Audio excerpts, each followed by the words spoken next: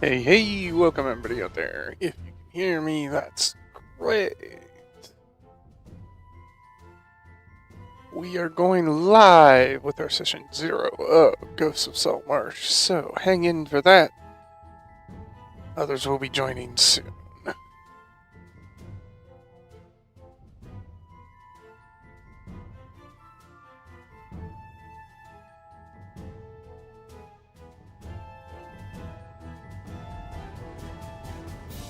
Others will be joining soon. Very cool.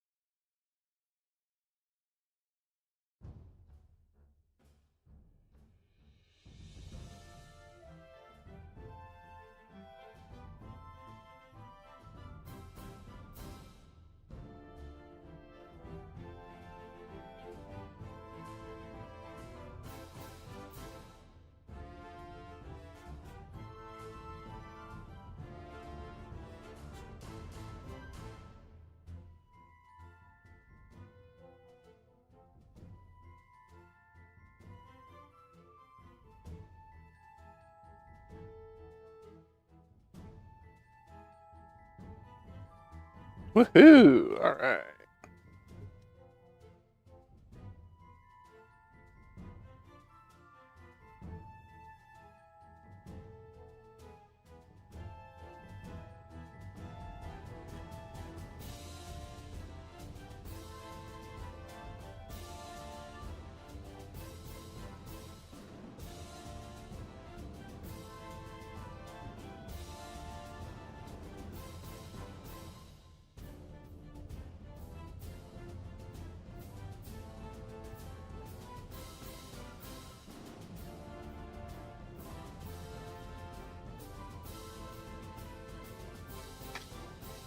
Yes, the inevitable waiting.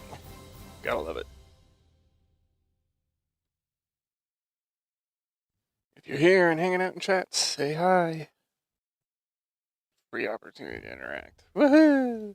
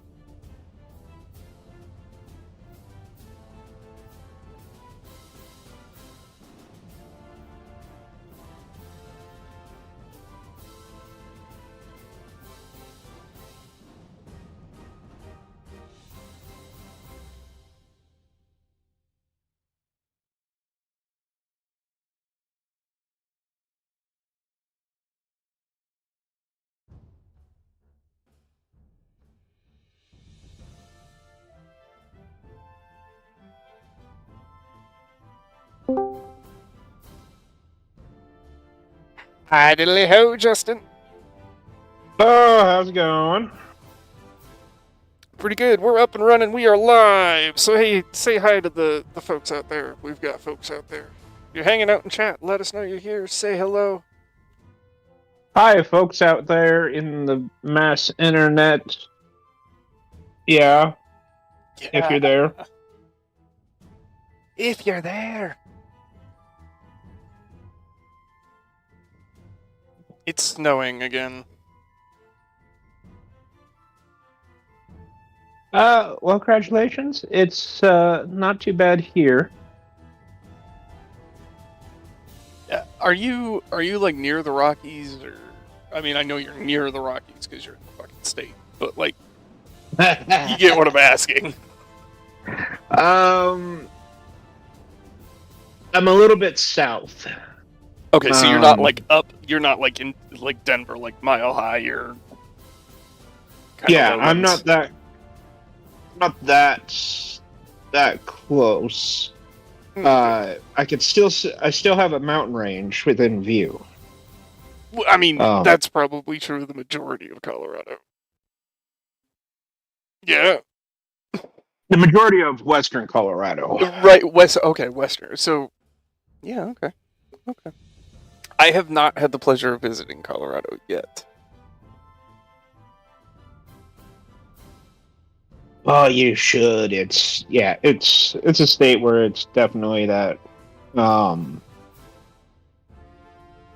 you should visit because it is a beautiful state. Depending on what weather you can handle, I suggest winter because that's when the mountains really pop. I personally love the cold. Love it. Thrive in it. Give me cold.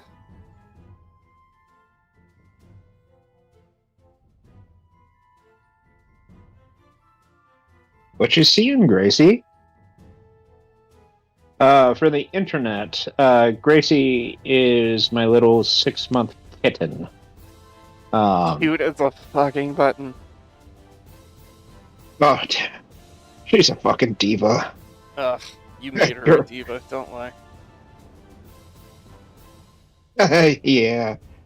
Yeah, see, he knows. He knows. Fucking diva that will attack you, I shit you not. Are you going to need a character sheet, or are you going to import a character sheet? I will need a character sheet. 10-4 good, buddy, can do. Boink! Harvey's probably gonna need one too.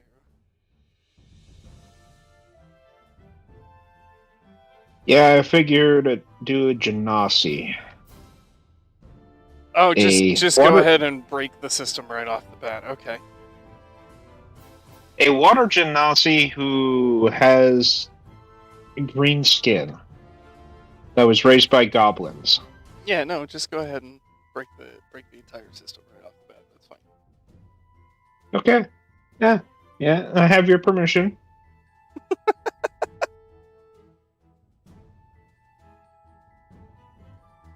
Ugh, Harvey's not even logged into the new game yet.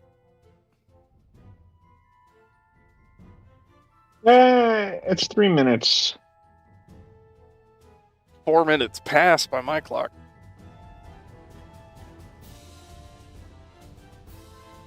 But that's okay. Actually, Harvey's probably going to work this weekend, I think he was good to play. Was he? He was here last week. I thought we were every other week with him. I don't know. We'd have to check the chat. Do you want to go digging? I've got everything set up for the live. If I start clicking around the chat, I might screw something up on accident.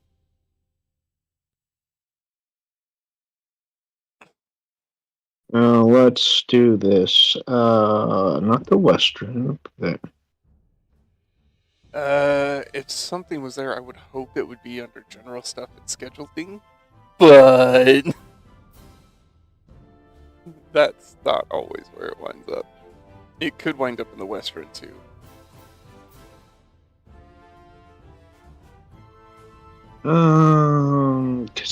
He, yeah, he was talking about making his character an orc. Still haven't got my all goblin party. You are? No, I'm They, not. I'm not, Justin. I'm not. they believe, like, firmly believe they are goblins. That So, does not make them an all goblin party. That just makes them a goblin party that thinks they're all goblins. well, I kicked a hit to everybody to see if they're playing, and we'll see if that gets something while I tweak my sheet. So, yeah. Ryan said they would be a few minutes.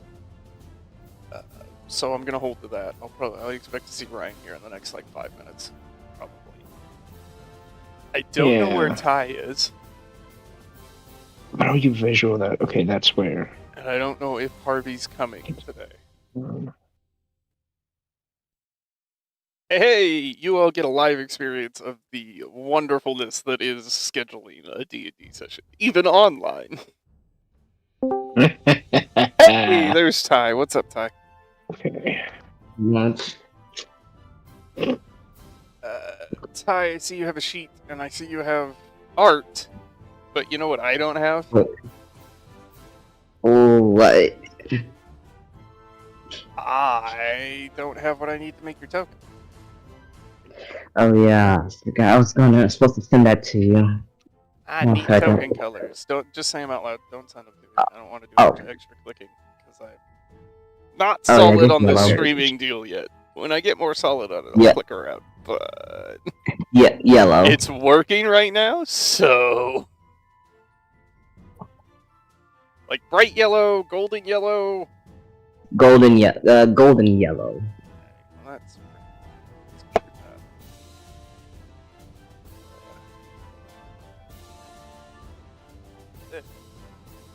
that.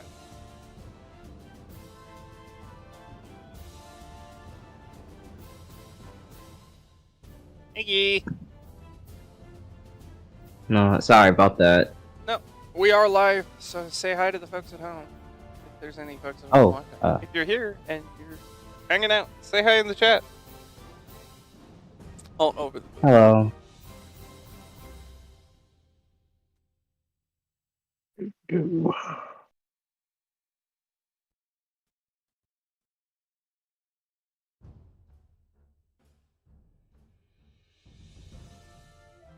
And you're sure that's the art you want to go with for Ziggy? Yeah, this is what I'm gonna go with. You don't want to make it green? I don't know how to make him green. In Hero Forge, you just change the color.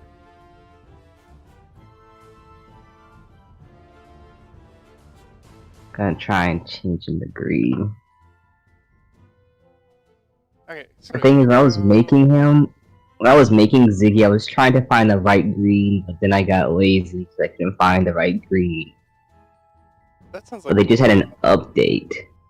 Yeah, it's a me problem specifically. You go right on into color and you go either paint, and there's, all sorts of different styles of paint you choose, or you can go into the mix option, and you can kind of customize the green. You can't find one that fits your liking.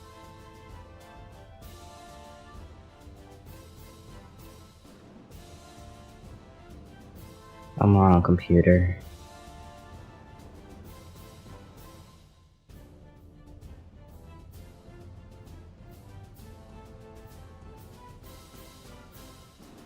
Okay. Wish they had like a bucket thing to where you could just do the splashing with the right color. I have no idea what you mean by that, but Hero Forge does have a lot of options for letting you. Oh, there is the fill option. Yeah, you can get the fill option, paint option. They've got some decent greens. I'll give you the skin category doesn't have much, but there's some nice ones in like the reptile section, where you've got the aquatic kind of more swampy green. down in. Gonna go with an alligator green. For that one, I would look at reptiles. I'm seeing one in particular down towards the bottom. Well, there's the black in reptiles kind of has a greenish tint to it, or there's one under it that's just green. That's pretty alligatory.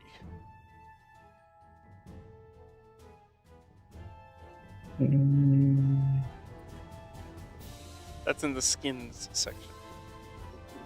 Yeah, because to be honest, all I've been ever really doing. Oh no, that's a better alligator green. And then I'll do the underbelly. There we go. Okay. Give me 1 second. Huh? Screenshot. You can just update the art on the character sheet too. I will. No, yes, I'll slap it on there. Just gotta make sure.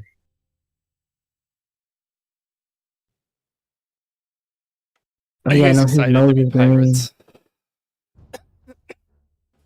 I tried making Ziggy look as close to a pirate as I could without using the swashbuckler preset. Don't go with the presets. Mix and match, baby. Yeah. Okay, there we go. 1 second. Then I go here. I think I may have Back to Firefox. mislabeled one of the crew members as the shipwright, which technically they are the shipwright, but they're also the quartermaster. Yeah, I was looking up like I was looking up like the crew roles. And there are a lot of crew roles. Okay, here we are. When you say you were looking them up, were you looking up at the stuff in the game module, or were you just... No, I was looking up like what roles are there on a pirate ship? Like just random Googling? Because there are specific ones to this. No, so what I did was I went on what are the roles on a pirate ship? And I was like, hang on a minute, what site was I on again? I think I was on like Pirate 101 or something. No, I found captain, cabin boy, mate, carpenter, sailing master, cook, quartermaster, master gunner. We'll get into how it works once we get more folks here for what the module gives us work off of, because that's the structure I'm going to be using. They don't quite fill all of the roles, but they fill most of them. Yeah. One thing I did see is that different type of ships we could get. I mean, the type of ships there are is that there's one where you could just upgrade it to make people ghost pirates or zombie pirates.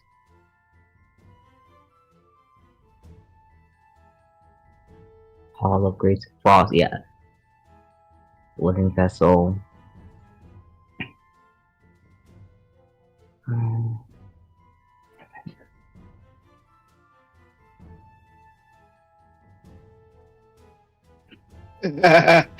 Alright, so for these preset flaws, I'm sorry, I gotta pick this one. I'll say anything to avoid having to do extra work. Oh, you're gonna be one of those. Fantastic. One thing, what I picked for my flaw was once someone questions my courage, I never back down, no matter how dangerous you're the situation. Gonna die. No, because I made it so Z's like entire thing was that he is small, but kind of strong-headed. Chihuahua syndrome. Oh god, I just... You made a Chihuahua. Congratulations. I made a Chihuahua. Oh Christ. No. Too late, you already did it. Just accept it. Uh-huh.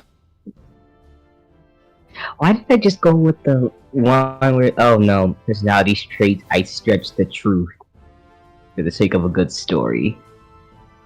I mean, to be fair, that is a very sailor-y thing to do.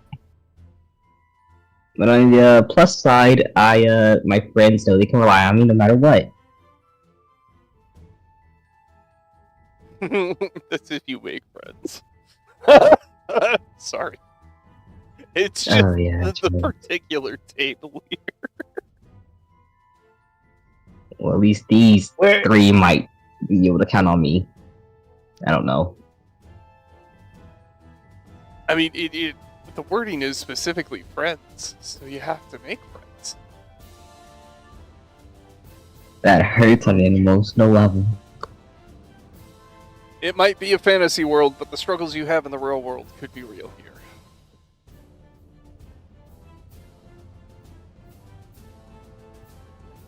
Which one was the one that's across that living hall? The vessel's hall was crafted to be safe. Justin, talk me Yeah. through what we're looking at. We're looking at a computer screen. Congratulations! I'm so fucking proud of you.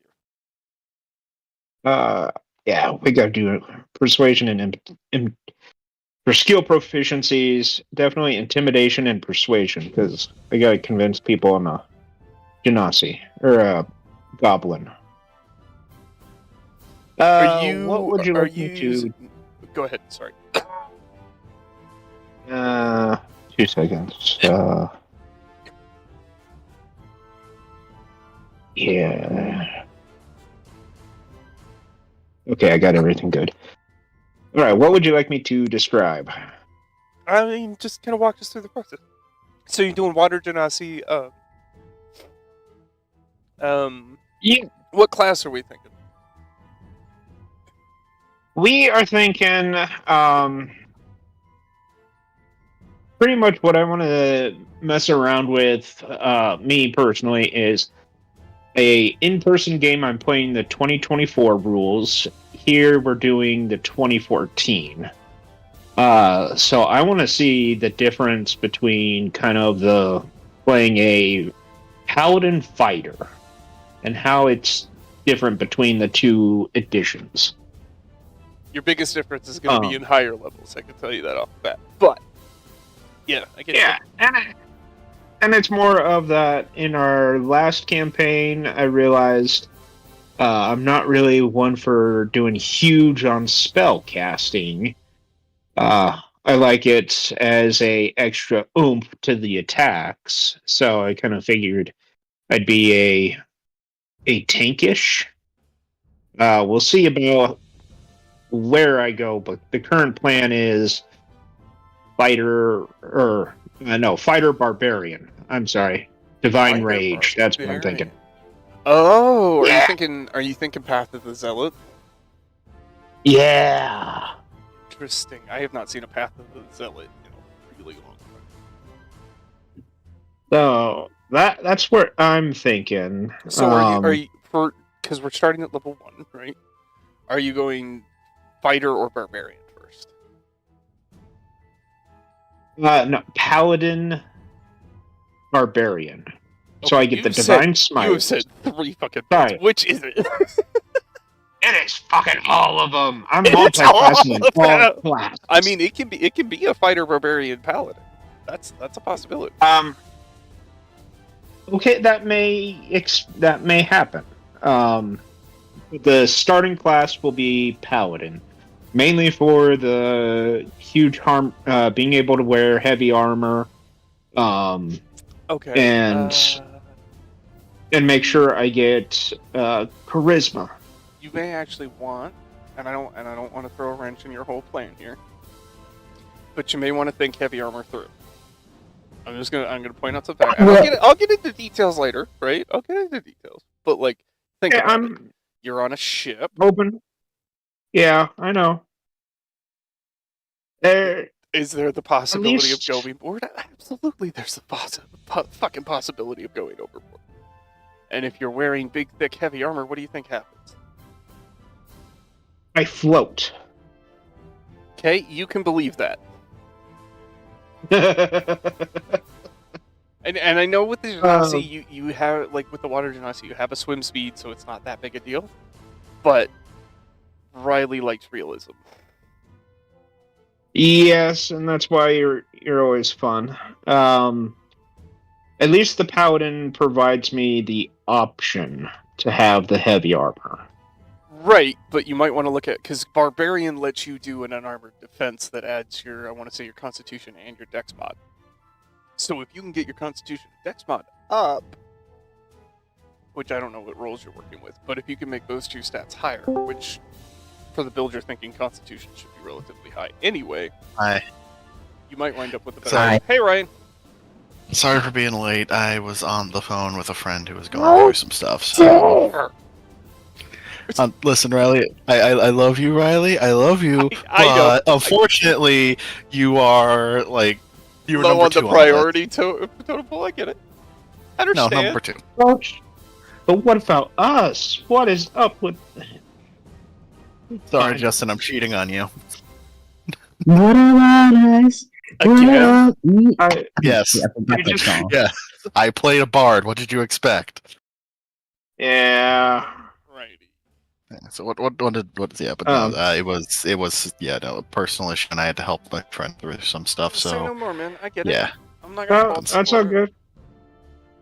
what's the what did I miss? So we've just been kind of filling time. We are live. I don't know if anybody's watching, but we are live. Fuck it, let's do it live. Let's do it live. We're doing it live. So yeah, everybody, this is session 0. We'll start out with introductions. So, hi there. I'm Riley. I'll be your DM, which means I am literally all of the NPCs. And this campaign is going to have a lot of them. I'll do my best to vary voices and try and remember what people fucking sound like. But if it changes halfway through, it changes halfway through, and you're just going to have to bear with me. I am also representing the Masters Lair here. If you're interested and like what you see, you can help support the Masters Lair or join a table at themasterslair.com.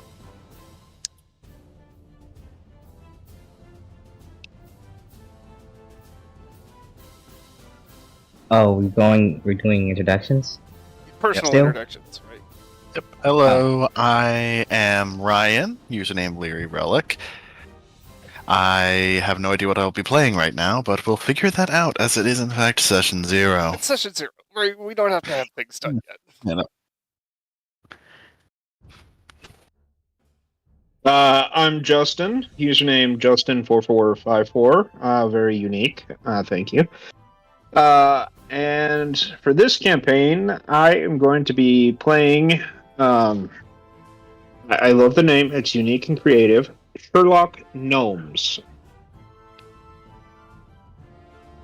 A water genasi that is going to explore possibly the paladin, barbarian, and maybe fighter multi-classing. We'll see how it pans out, right? Yeah. I mean, I'm going to be paladin for 5 levels, and then we'll see what happens. Hi, I'm Tai'ren. Username Gojira gave me, which I had to choose because somebody already took Gojira Gamer. I'll be playing Z Zilfrid, a little kobold who I'm gonna say hit his head and thinks he's just a scaly goblin of some sorts. That is a fun caveat that you kind of touched on that we're going to be doing, but we'll get into that. Go ahead.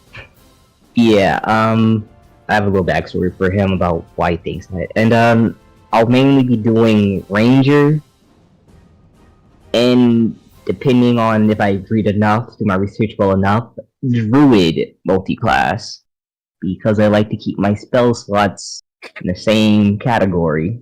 Which is a I mean, it's not unheard of to go outside of... I've done Paladin Rangers, so is Justin, because I talked him into it. Which does make spellcasting a little bit, but it's okay. It depends on how you use it. But Ranger Druid, are you thinking of being very animal-friendly? Is that what we're looking at? So to be honest, at first I thought, because I gave Ziggy a little pocket watch, because one thing I wanted to see if I could flavor is that when I use my spells, I click the button on my pocket watch to get the magic flowing. Easy, it's your focus. Yeah, it's like my little spell focus. I gotta click my watch because I don't. Yeah, that was gonna be my focus. I thought maybe I try Artificer again, but we already did a bit of Artificer, and I want to be a pirate. So sharpshooter, a little bit of magic here. Okay. Ryan,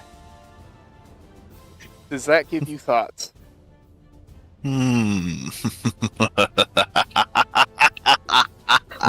Wait. Why the laugh? Keeping in mind the table. Okay, I did not force this, but the table has decided to play a semi-good, or at least good aligned in some fashion. We are a jolly old pirate crew who is going to do mostly good, followed by our pirate code. This table has existed with me personally. We're going on our third year. We're rolling into our third year. Yep. Second year for me. Yeah, Ty caught on a little later, but Justin and Ryan have been playing with me for a while.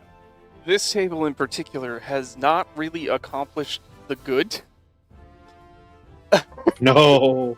Hey, listen. We spent 2 years fighting Tiamat, and we managed to stop her from being resurrected. I'd argue we were good.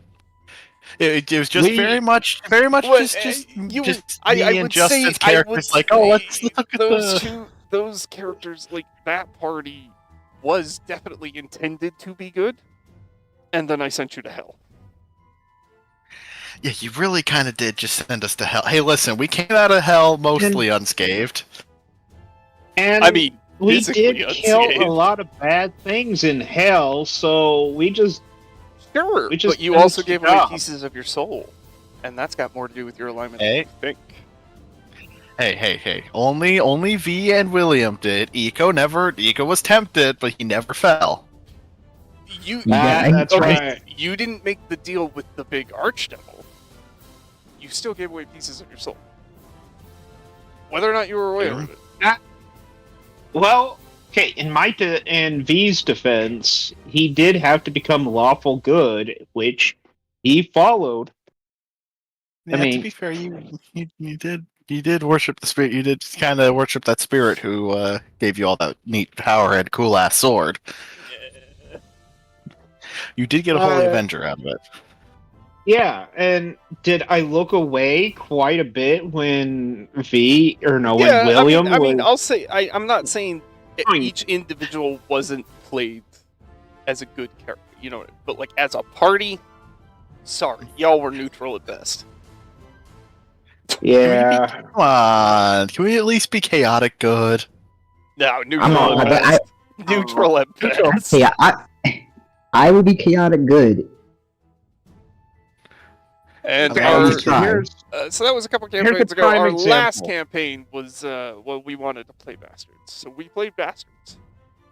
Mm-hmm. For everybody else, it was probably because they got Mario'd in the previous campaign. What?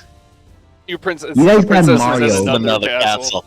Yeah. Oh, yeah. So for anyone listening, Riley, we were heading to a castle to rescue someone. And in the same general area as that castle, Riley gave us another castle that was essentially a fucking... That was a, 5-6 session slog.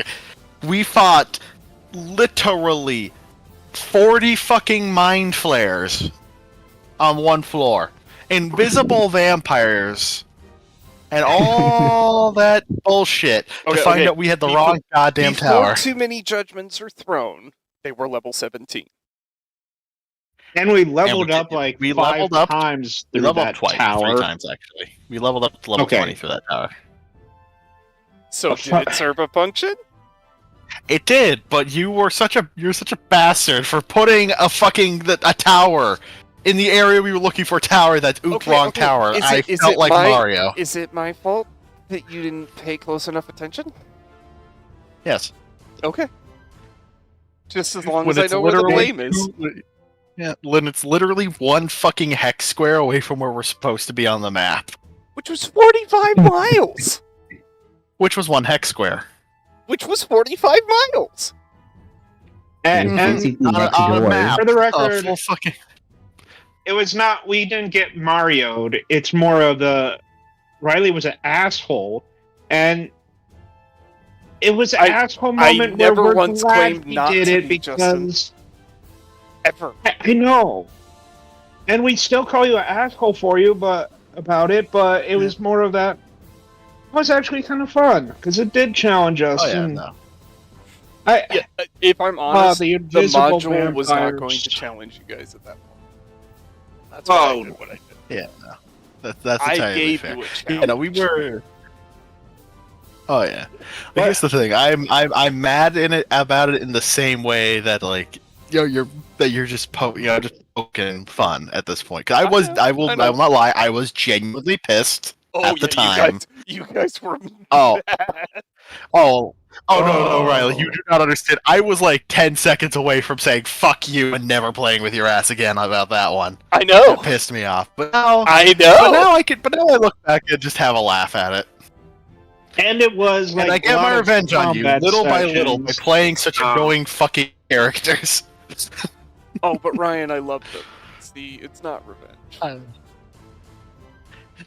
Well, it feels like revenge, so I'm gonna keep doing it. You can keep doing it, but Yeah. remember, you guys, and by you guys, I mean the collective amount of tables I've run, have elected to call me chaotic evil. So Yes, it's an accurate Yeah, you're title the- that fits you. Dungeon You're the bastard. reactive, I mean, which is master. what I like because it's more of a, can I do this? I don't You know. can try. It's like, Go for it. You can certainly try. I think the and biggest it's thing like, to say. I learned it's like, is this action possible to make sure I have it right in my mind? And then, of course, when Riley says you can try, it's like, well, fuck, that's going to be successful or kill me. You never know. You know? You never know.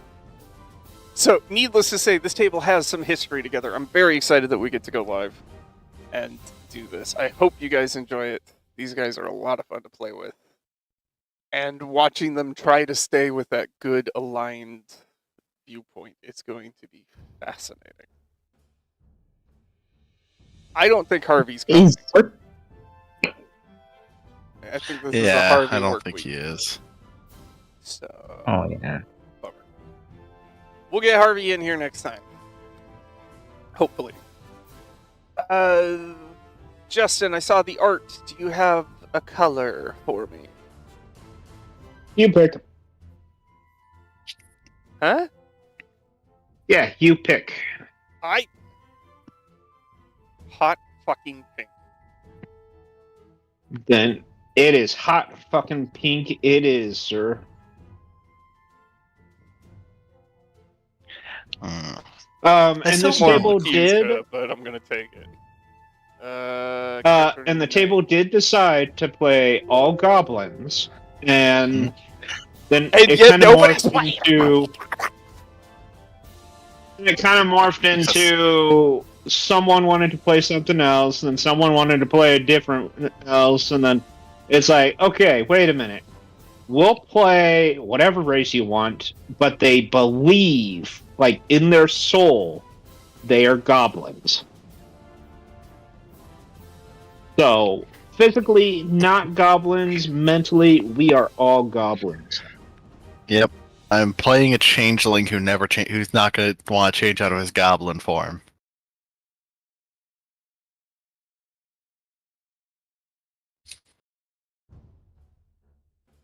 What's your character's name again, Justin? Sherlock Gnomes.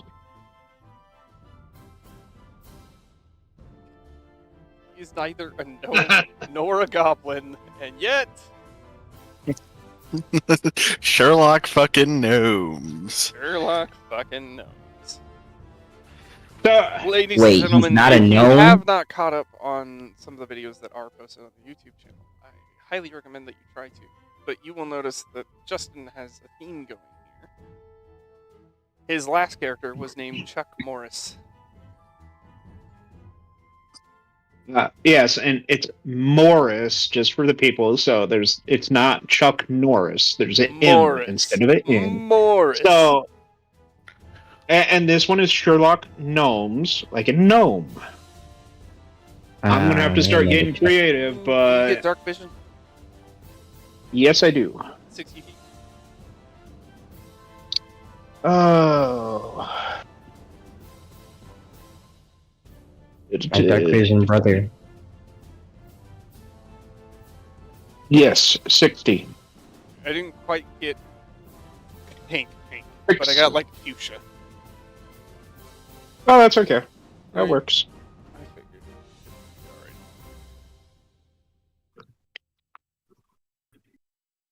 Is Circle of the Moon the only druid that can get bonus action Wild Shape? Yes. Yes. That's their whole thing. And Dang it. I think the name thing started back in the modern campaign where It me and very well Ryan might have, yeah. were doing variants of John. Mm-hmm. How many Johns did we have? We had John. A lot of Johnny Johnsons. We had a lot because There was John once you started Grimes. Grimes. Yeah. What's his last name? Grimes. Yep. We had John Light. Was one of mine. Moonlight. There was Johnny Boy. Johnny Boy. Johnny Boy. There was Sir Jonathan. Sir Jonathan. Agent Monarch's first name was John. Agent We- Monarch's once first we- name was John. Once we caught on that Riley was kind of starting to get agitated with the so many Johns, we kept it up. Oh yeah, of course. And then somebody randomly threw a Jerome in there at one point, I swear. That was the Griffin. What? Griffin was Derek. The Griffin Oh, yeah, was that's Derek. right. Yes. Derek, yeah.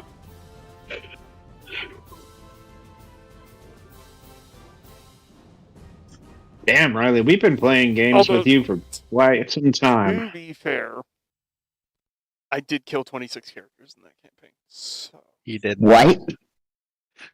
Half of them were me and Ryan, pretty much. Wait. 26. Yeah. Double digits. In the 20s. Mhm. How?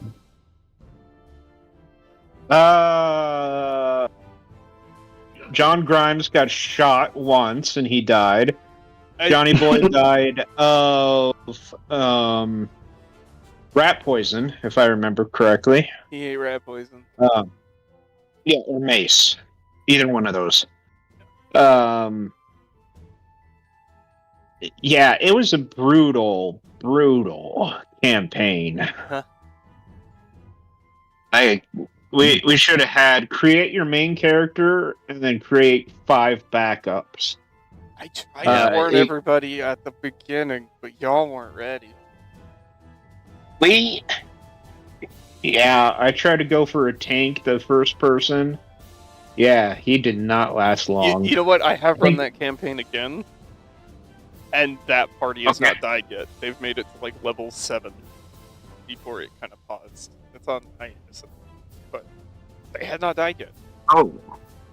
Oh, damn. Well done for them. They did a lot of Actually, running away. maybe- They did a lot of running away. Actually, I think I That might explains it. do Warlock later. I'm up between Warlock and Druid. Because Warlock has that improved pact weapon with the Thirst Blade. Ryan, do you have character thoughts? I was originally expecting a poisoner for a while, but then after a lot of looking into it and soul searching, I realized that was kind of just that wasn't really suit a build total. It would be more like an extra thing to add on top. So I decided instead, how about we go for a duelist?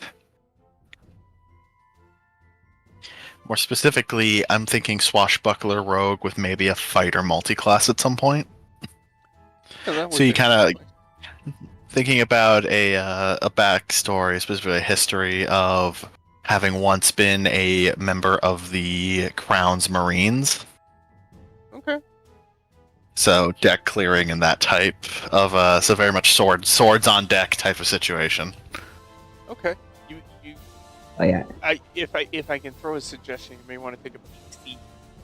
at College of Swords Party. Ooh, interesting. That's something that pairs nicely with Swashbuckler. Definitely something to take a little peek at. And I know you love your affinity for barding, but What do you say? I know you like barding. Mm-hmm. Again, just a recommendation. Thank you. Also, an interesting side effect of being a changeling. I'm not humanoid. I'm Fae. Gosh, you're changing. No. Uh, Ryan, if you want multiple tokens, I could set up a token that you can like glide through. That would be interesting. But you have to But, you have to give me the material. Oh yeah, no, entirely fair. But the idea is that he stays in goblin form most of the time. That's fine, but like if throughout the campaign you're like, you know what, I want a couple, or you have a couple in mind that you might want to use as like disguises, right? Where that's sellable to the world, you'd be like, well, I just cast this spell for myself, right? Right. I'll definitely make sure to make multiple tokens. I'll just make his goblin form to start off with, then I'll make a couple That's extras. fine. But like if you feed me some stuff, I'll put a table together. However, just know that if we get down the line, you're like, oh, I'll just add another one. I have to make the table all fucking over again. So try and cover as many scenarios as possible up front, please. Right, will do. I'll start, like I said, I'll start with just one for now, and then when I want the rest, I'll make a bunch of different ones. Ziggy, if you intend to wild shape a lot, you are free to design tokens for your wild shapes, and I'll do the same thing for you, and I'll give you the sheets. Got it. I'm going over, doing my little research. I know it's maybe called pre-planning, but I'm thinking of either, I don't know if I'll do Druid, because I'm also thinking about giving Warlock another shot again. Mainly for Thirsting Blade. Improved packed weapon. It caught my eye. Maybe Ziggy the Ghost Tiger. Warlock, it's session 0, man. This is the time. Oh, no. I'm gonna stick with the Ranger as my first class. Sharpshooter, You realize you can get Sharpshooter as a feat no matter what your build is, right? No, not a... Oh, you can. Give me a second. Yeah, it's a feat. I don't know, because my main reason for going Ranger is because I want to touch on the Drake Warden so badly. Then do Ranger. I'm not trying to talk you out of anything. I'm just providing options, my guy. I know. I'm trying to see what to start with first. I have not seen anyone attempt a Ranger Warlock, but it's not unheard of. Thirsting Blade has to be level 5. What Warlock? Shall I try?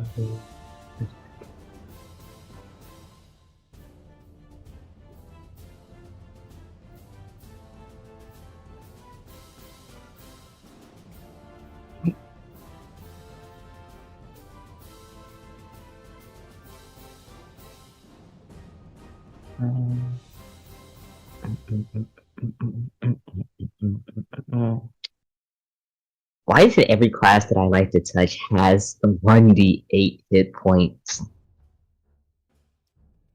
Well, Ranger is a D10. Oh yeah, Ranger's a d10. So with the Drake Warden, how strong do you want the Drake? Because it's going to take a long time before it gets really powerful. Oh yeah, no, I have no doubt. One thing I've been checking on for Ranger, Drake Warden, and a bit of Swarm Keeper, mainly because I thought about, my ammunition sometimes would be my Fae.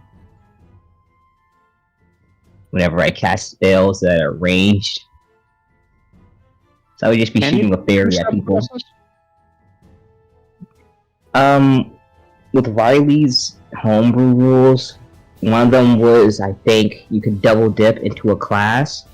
So I would also have to take 3 more levels of Ranger to unlock that.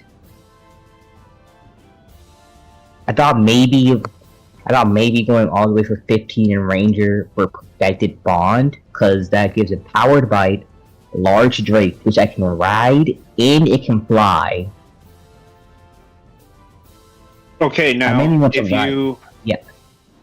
if you double down into Ranger and you do Drake Warden and Swarmkeeper, even if you get to whatever, like level 16 or whatnot, if you double down evenly, like your Swarm and your Drake won't be that powerful.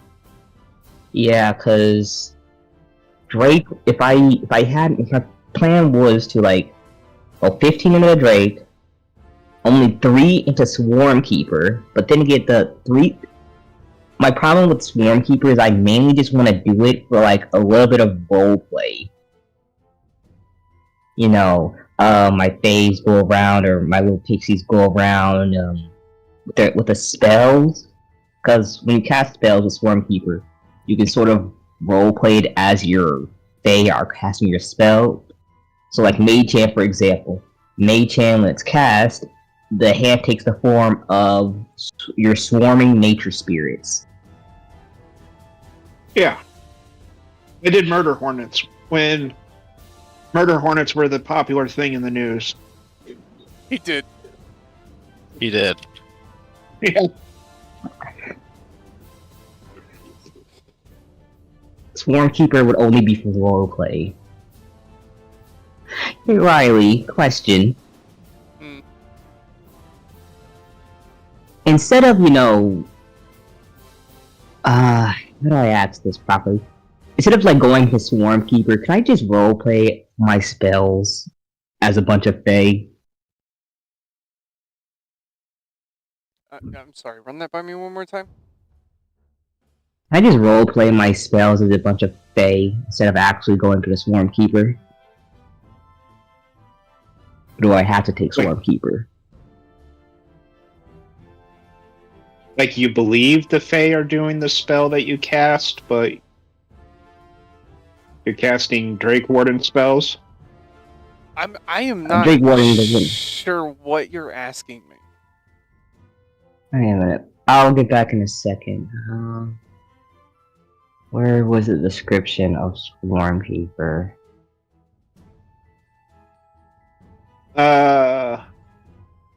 Okay, for your question, would it be better to phrase it this way?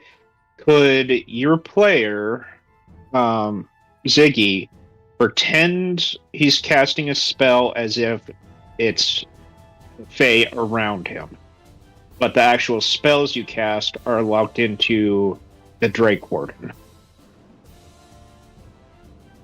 Give me a sec, I'm trying to... Okay, found it right here.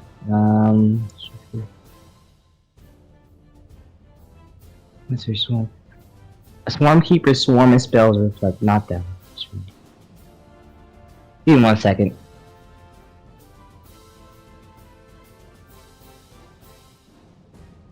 And YouTube folks, this is the difficult thing about planning on multi-classing. You gotta have a good idea of what you want to do and where to go from there. But once you have a good plan, it's easy to kind of just... I'm really trying to understand. The way he worded that was throwing me. Very bad. Okay, so, Swarmkeeper. You know how Swarmkeeper, one of the descriptions is that you can play it off as, like, your swarm is casting the spell, like, for example, when a ranger casts gaseous swarm, they might appear to melt into the swarm instead of a cloud of mist. Okay, maybe this will help. I'm bad at describing. Okay, what spells do you want to cast? Let's go with the example it gives. Say I want to cast Mage Hand. Mage Hand, instead of, like, the magical invisible hand or whatever, it's just the Fae that take that group up together to make a hand. Oh, he's asking if his spells can be flavored as if the Fae are the reason for the magic. Like if he was to cast, say, Firebolt, instead it's a ball that consists of different Fae creatures that sets the target on fire, as opposed to just a generic arcane fireball. So he's asking a flavor question. Just Oh, that's what it's called? That's what it's called. Flavoring. like that's is that what I'm understanding here? Yes, I'm still You want to D&D change level. the appearance of how your spells appear when they are cast, which that's just a Yes. flavor thing. We're not going to change up damage types or major No, tweaks to not. subclasses or anything here, which was No, I just originally want what I thought we flavor. were trying to get. I was like, what are you? So you want your swarm to be little fae? That's fine, I guess. So essentially, it is a flavor question. Yeah, I don't care. You can flavor things however you want to Yeah. flavor them. Yeah, because that's the main reason I was like interested in Swarm Keeper, which is a stupid reason to be interested in a class, is because you could flavor your spells differently.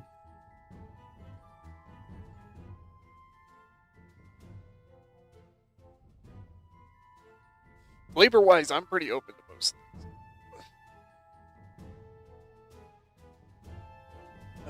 things. And that's I just want to say I saw that the water genasi can create water, and we're on the sea, and well, water can end up inside a boat. sink their fucking boat. Like some motherfuckers are rolling up to us in like a rowboat to try to board us, and you just dump like fucking 50 gallons of water in their boat and sink their asses. Yeah, how much water fits in a 5 foot by 5 foot by 5 foot cube? how much water does create or make? I want to say it makes a 5 foot square, right? Well, that it gets a little different because 5 foot cube can hold approximately 125 cubic feet of water, which is the equivalent to approximately 937.3 gallons. Monsters of the multiverse, Virgin Nasty, Fall to the Waves. But it also says it can rain in a 30-foot cube. Yeah, you can make rain. As I asked that with 10 gallons. That's how much create water can make. Yeah, but it could also alternatively rain in a 30-inch cube, and I mean, I received Riley's permission. Yeah. You can have it rain, and then if you can cause a spark, that would cause electricity to go in a... I forgot what radius that we decided was appropriate. We'll figure it out when we get there, right? The nitty-gritties of it, like, in theory, this can work. We'll have to break down the nitty-gritties if it comes into play. Right?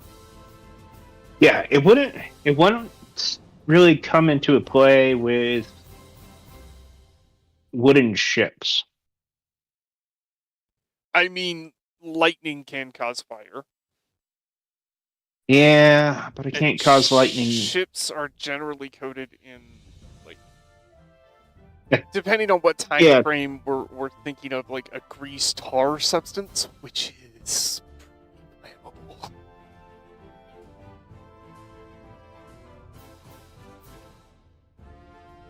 It's flavoring. They're just making the ships look flammable. It's not actually flammable. You gotta see the difference between Ranger level 1 and Warlock level 1. Hit points, armor, weapon availability, and starting proficiencies. Proficiencies would be your major points. Yeah. Because one thing I want Ziggy to, like... Okay, I can... Darn it, there's no... Oh, wait. Shoot. There's no insight. One thing I don't want to have done again is my very, very poor insight.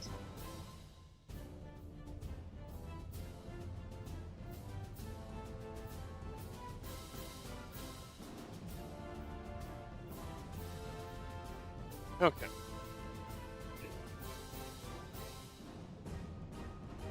We have plenty of time. We can keep doing what we're doing. We're just freeforming today, folks. I know it's probably not the most exciting thing if you look forward to stuff. We will get into some world building things and stuff like that eventually. But I do want to give these guys time to ask character build questions, as many as they need to. So. Yeah, I think I'll start off with Warlock, because I can always pick up Insight and the rest of my pirate-like proficiencies after I hit level... Agonizing Blade... Wait, which one is Thirsting Blade? Oh.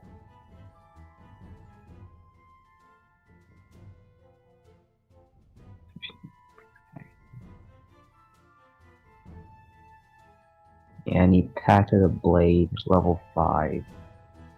You can attack with your path weapon twice instead of once whenever you take the attack action on your turn.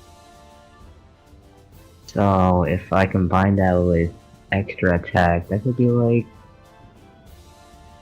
3 attacks? Without having to be a fighter?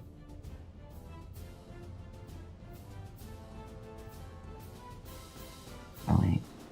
1 attack, regular attack would be 1. Extra attack would be 2. If I hit...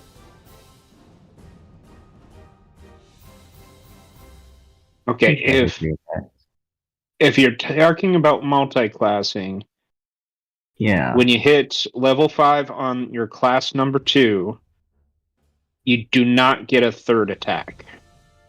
No, this is from Thirsting Blade. So, Thirsting Blade. You can attack with your packed weapon twice instead of once whenever you take the attack action on your turn.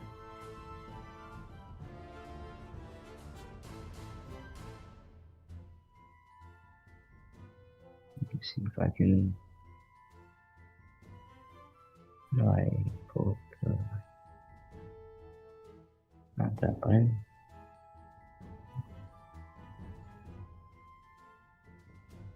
What you doing, Gracie?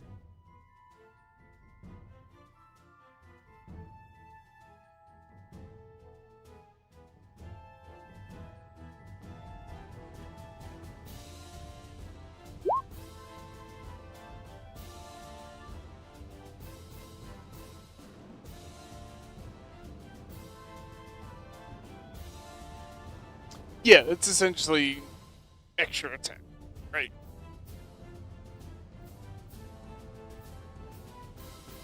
Yeah. So it'd be 3 attacks. Mm-hmm. I did my math right. If you had extra attack. If I already, had extra attack. then yes. Yeah. This would give you another one on top.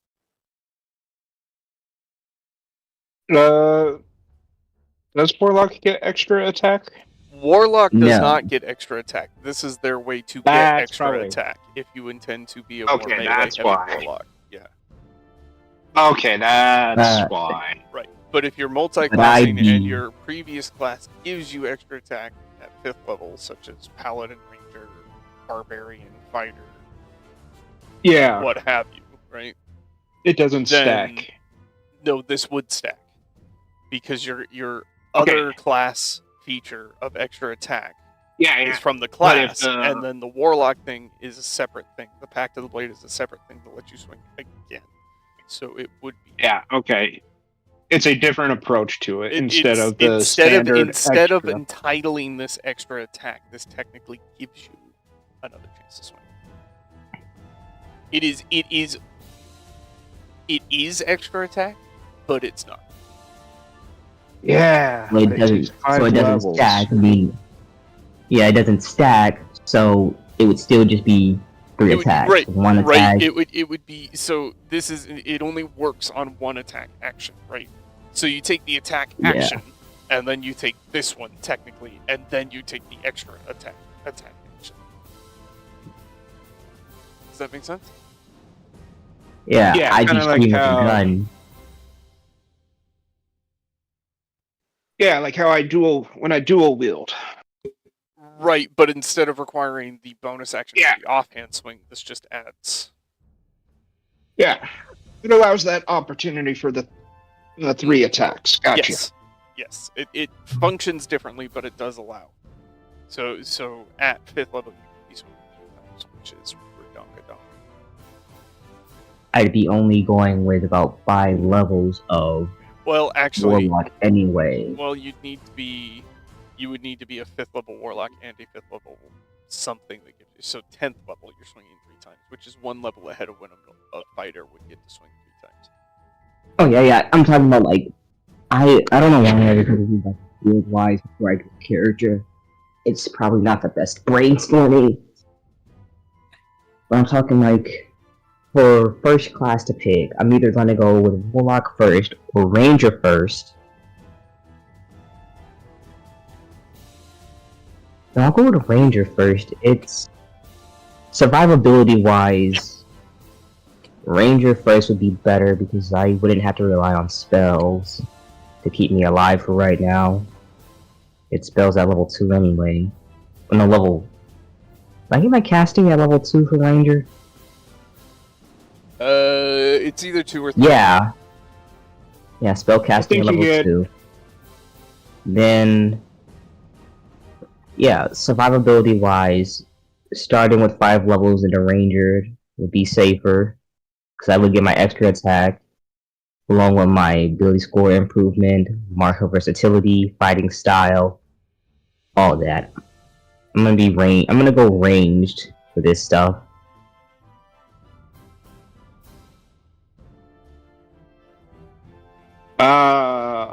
Make sure you check whatever prerequisite you can multi-class This matches actually with. is something that we should cover. So, yoink. Uh-oh. We go from one campaign with guns to another campaign with guns, but specifically. Woohoo. Yay! So Ghosts of Saltmarsh is set up kind of, with the idea of the think like 16 to 1800 period historically, like Piracy times. kind of like, right? We've got flintlocks and cannons. So to fit in this theme for this module specifically, they have designed out your flintlock, your muskets, and your blunderbusses. Cannons and ballistas can also come into play for ship weapons. These cannot be wielded personally. So you're telling me even if I have 30 strength, I can't hoist a cannon? Yes, Ryan. Oh. We're not in Western anymore. Okay. Ryan, can you do me a favor? Just throw that into the character sheet. I'll drag it from there. Righty. I know typically I have you send it on Discord, and that's fine. But today I I'm don't just want to telling do a you whole lot of clicking around in Discord. That's entirely fair. I will allow you guys to go after a firearm as part of your starting weapon ranged options, but it has to be one of those 3: flintlock, musket, or blunderbuss. And this little handy-dandy handout, which you can find in the subcategory module specifics under helpful rule handouts, is here. And this tells you the properties of the weapons, their damage output, and what is required. Each one of these does require the loading property, which is essentially you can only fire once per turn until you reload it. Right? These are all single shot needles. They're not automatic? No. What? Damn. I mean, just pick up the firearm master feat, and that's all you gotta do. Firearm the gunner feat. He's talking about my DM. Specific feat. Yeah, that is a better version of the gunner feat. I basically took gunner and crossbow expert and slammed them together. You know what? Fair. Did you ask for their consent first before you did that? Yes, and consent is important. Okay. Righty, don't fall. So we could So we could choose one of these weapons as our starting gun. You can. But it would essentially be a replacement for like most classes have a ranged option, such as longbow, shortbow, crossbow. Like I as a rogue got a short bow and some arrows, but instead I can get a say flintlock and some bullets. Right. Yeah, okay, then I'm going to be replacing my longbow with a flintlock right now. Then. Just for devil's advocate here, Ty, the musket is more like a longbow. I know, but it's two-handed. Yeah, but so is a longbow. It's a perfect trade-off. Mm-hmm. I mean, it is a D12. It is literally more damage than a heavy crossbow, which is it's got better range strong, too, which if better you range too. Sit back, like you have 10 more feet to fire. It is a two-handed. The dual-wielding pistols. Mm-hmm.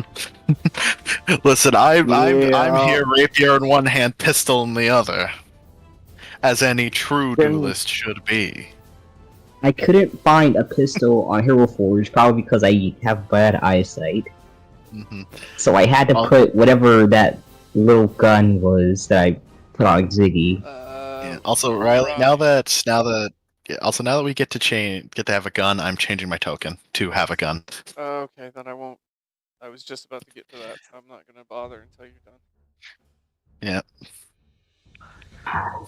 Yeah, I think considering I'm going for a tank, a flintlock would make logical sense.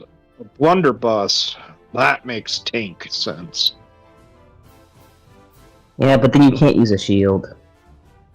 Who says you can't use a shield in a blunderbuss? The blunderbuss, it's a two-handed. You have to hold it with two hands. You can't hold a shield in one hand with a blunderbuss. You're telling me you cannot figure out how to pop that shield and do that? That's still two hands. I'm just telling you the mechanical sense. You need a free hand for a shield, and that gun takes two hands to fire. If you want to rule it that way, then I'm more than happy to comply. Are you kidding me? When they're coming at you, you could just say shield on the ground, sword on the ground. I have always had a problem a couple of shots. I've always had a problem with how they wield shields. They do not give shields credit for what shields were actually used for in any sense. Yeah. Listen, you strap that shit to your arm. You strap it to your arm. You use it as a weapon. You use it to shove and to push. And most people were trained to use how to use their shield more effectively than their weapon. Mm-hmm. I mean, the shield itself wasn't just a weapon. Yes.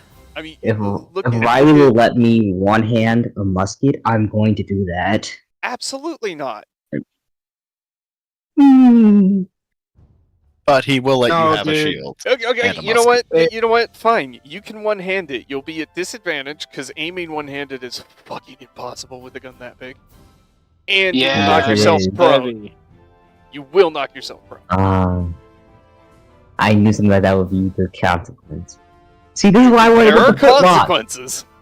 I mean, take the flintlock then. I was just playing devil's advocate and pointing out that the musket has a better range capability. That's all I was doing. Can I buy a flintlock later? Right? I'll just have to buy a flintlock another time. Yeah, I'll buy a flintlock. If we do the musket, can we rifle the inside so we have better shots? No, rifling is not a thing. What's rifling? Not invented yet. Rifling, it's you know how inside a barrel of a gun there's those grooves inside. Essentially what happened was they realized, hey, if we put these grooves inside the rifle, it'll cause the bolt to spin, and if it spins, it'll shoot more accurately, so it's less likely to veer off. So that's how you got the invention of rifled muskets, which were far more accurate than their non-rifled counterparts. But no, we're working with black powder and ball. Okay. Mm-hmm. Reloading this thing is you've got to pull it down, put the powder in, ram it down with the rod, put the ball in, ram it down with the rod, set the mechanism, and then fire. Pull back to half cock. Later, up the pan. You gotta drop some grains in the pan. You gotta pull it back. You gotta full cock. Then you gotta ready and fire. All of that. Also, I got But the new one. this for the applies game. to the musket, the flintlock, and the blunderbuss. Like this is all three of these weapons are painted pistol lead. This is not just the musket. Yeah, for right now, I'll go with the musket, and then I gotta get my I'll get my flintlock later. I have a broken one. I just can't use it, so I'll use the musket for right now, survivability wise, stay in the back, and let everybody else take the damage for me. Yep. Also, speaking of which, I am done. I got my thing done, and I've also got my character done. Valen Varys, a duelist of sorts. Oh wait, shit! I forgot to give him his background. I always forget background. I went with the pirate. And I'm going to need a buddy. Blue, I guess. Just because his outfit's mostly blue. Okay. I mean, realistically, I don't care. If you want to make it hot fucking pink, go for it. No, I've already got one. I was about to say, we'd be the most fucking bedazzled group of bastards. Ooh, wait, sapphire blue. I'm gold yellow. I'm golden yellow. Sherlock Gnomes is hot pink, almost like a diamond, a pink diamond. You could be sapphire blue. Yes.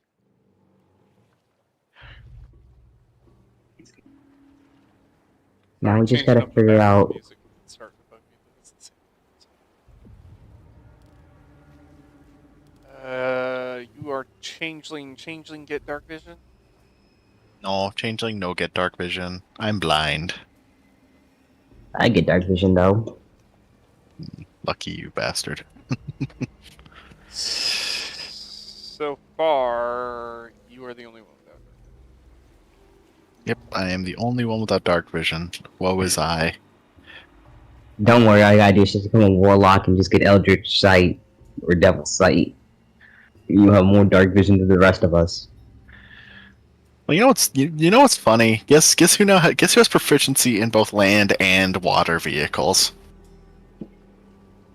You? Good job. You? Yep. I only have proficiency with water vehicles because I picked the pirate background. Yo ho, Right. yo ho.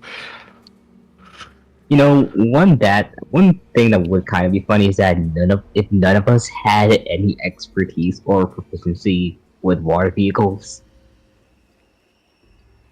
I mean, that's what the captain's for.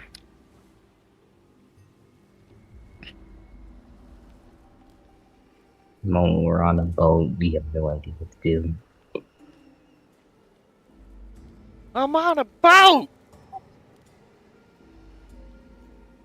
Ta-da! Yellow, pink, and blue. What will the last color be? Maybe red?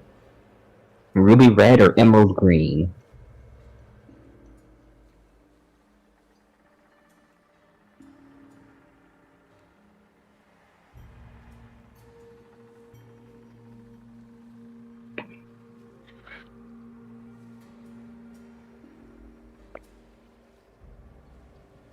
Yo ho, it's a pirate's life for us. Okay, do we have any more character Yeah. questions, gents? I think of. Awesome. So No. we'll move on. We are going to play Ghost of Saltmarsh. And we've kind of chosen to play aboard a pirate ship whose captain is determined to show the world that pirates aren't bad. Right? Actually, I think there's. Well, he's not here today, but we did talk about like making our pirate code. So does anybody want to say what theirs was? 7 pirate code. We'll get into that in a second. Let me world build for just a minute. Please? Go ahead, Riley. Please? Yeah, sorry, Riley. Is that okay? Can I Dress do that? nicely. I'll put a cherry on top if you want. Ooh. Riley, no. I'm gonna be honest. Not really a fan of cherries on my ice cream. You're wrong, but that's fine.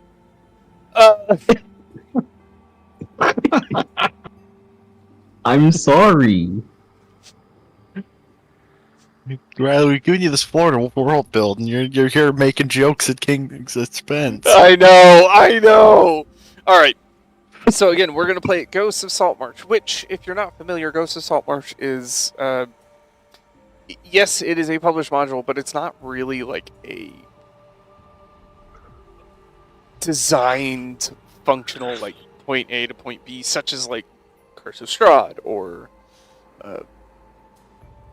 Tomb of Annihilation, where they all kind of fit together. This module is kind of just an assortment of things that kind of fit the same theme and have the same thing going on that don't necessarily have an overarching establishment to them. So our overarching establishment that we have decided to do as a table is that we're going to be aboard a pirate ship. And as we level up, we'll possibly gain higher roles aboard our ship. Possibly even becoming captain at one point if something happens to our current captain.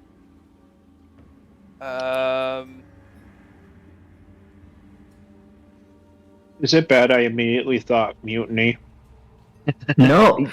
Well, I mean, that's If that's the entirely first fair. thing I mean, you our- want to our- do on the ship is mutiny, A, there's going to be an alignment adjustment. B, Also, to be fair, Good our fucking captain luck. became a captain. Our captain became a captain by mutinying, but also he has an enforcer specifically to stop mutinies. he's yeah. got a couple of those that are very loyal. Oh yeah. Listen, I'm not saying mutiny. I'm just saying in the midst of battle, if the captain happens to go overboard. Might be easier to accomplish, but we're already getting away from the lawful alignment. To be Hey, fair, I the never goal said was I good, never said to be, so chaotic is never still said on the we'd table. be.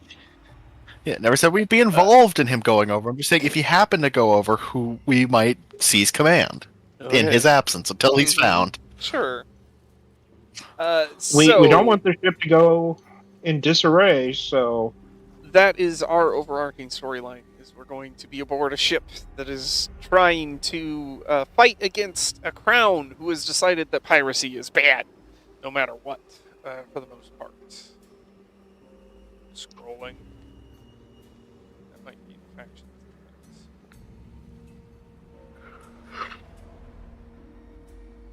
That's in factions. But anyway, we are in the Saltmarsh region, which features of the Saltmarsh region are, I mean, it's got marsh in the name, right? So that should be kind of a giveaway, honestly. There's other places that we'll be going to, such as haunted houses, lizard folk lairs, old temples that have sunken into the sea. There's an entire space known as the Dreadwood, which is home of horrid monsters and vicious raiders. Its borders contain a multitude of terrors. It's patrolled, but people don't like going in there. There's lots of undead and other things that roam the Dreadwood. There's the Middle Reaches, which is it's kind of a forest, but it's getting more sinister by the day. Even on the very brightest and sunniest of clearest of days, the thick canopy of greenery threatens to devour every last bit of sunlight, allowing only small cracks through it. There's the Drowned Forest, which is a verdant region that is very marshy. But it's only semi-marshy. It's like in between. But it's a lot of trees and a lot of water. There's the Hool Marshes, which are full-blown swampies. Hooray! I love swamps. There's a notable river known as the Dunwater, and Silverstand, which is a forest of has like silvery sheens on the leaves and barks of all the trees. It's been touched by the Feywild.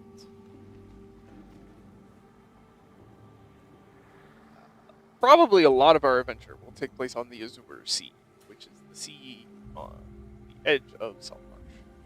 Any questions on geographical? No. Not for me. No, No. let's explore and kill shit. We're not. Maybe. We'll see how today goes. And depending on what happens. Within We're gonna. Go ahead. I was about to say we will either gain a reputation of a great people who fight for justice, or a group of maniacs. Scoundrels. Hey. Follow We no code known to man. So, yeah, we'll figure that out, right? Now, within the world of Saltmarsh, there are several factions that exist. 3 in particular will show up fairly regularly.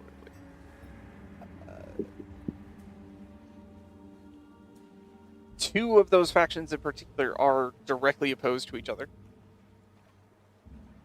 Right? That seems to make sense. And the 3rd kind of sticks to the background, but you guys will probably encounter them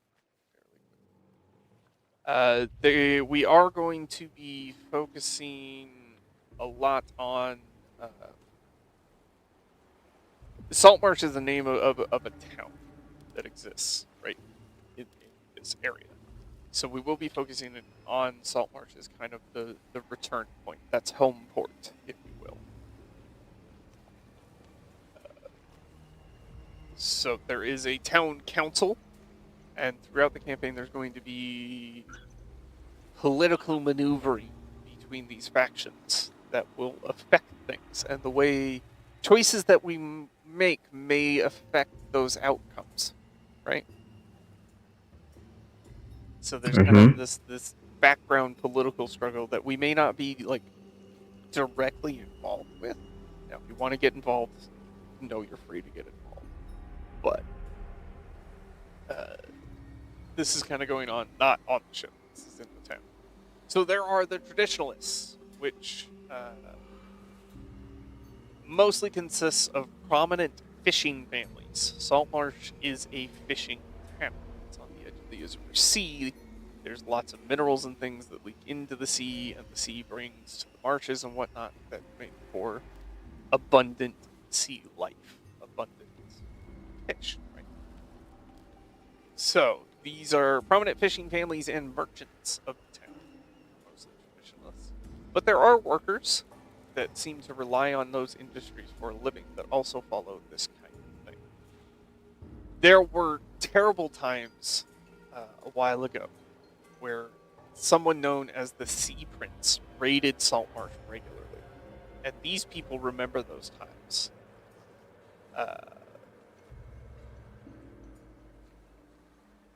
And the ruling crown of the area has some ambitions these people are scared will lead to open war, and they don't want to see that happen. Oddly enough, a lot of smugglers follow this kind of traditionalist thing.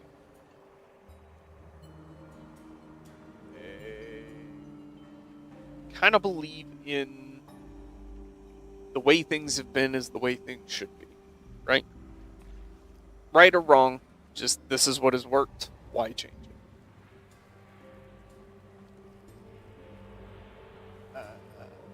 At best, traditionalists are community-minded folk who want Saltmarsh to return to its old way of doing things, arguing that the town has survived for a century by sticking to its original priorities. They suffered mightily due to the Sea Prince's depredations and remember the days when the crown turned a blind eye to their troubles. Their loyalty to the king runs second to their desire for peace and quiet. So that's the traditionalists. Okay. Opposed to your traditionalists are the loyalists. Their numbers are mainly made up by newcomers who have arrived from northern reaches of Hewland, which Hewland is the main area in which Saltmarsh is here, right? Which Keeland is currently ruled by King Kimbertos Scotti. Loyalists are loyal to the king. They feel the town should focus on becoming a useful asset to the crown and value the good of the kingdom before the good of the region.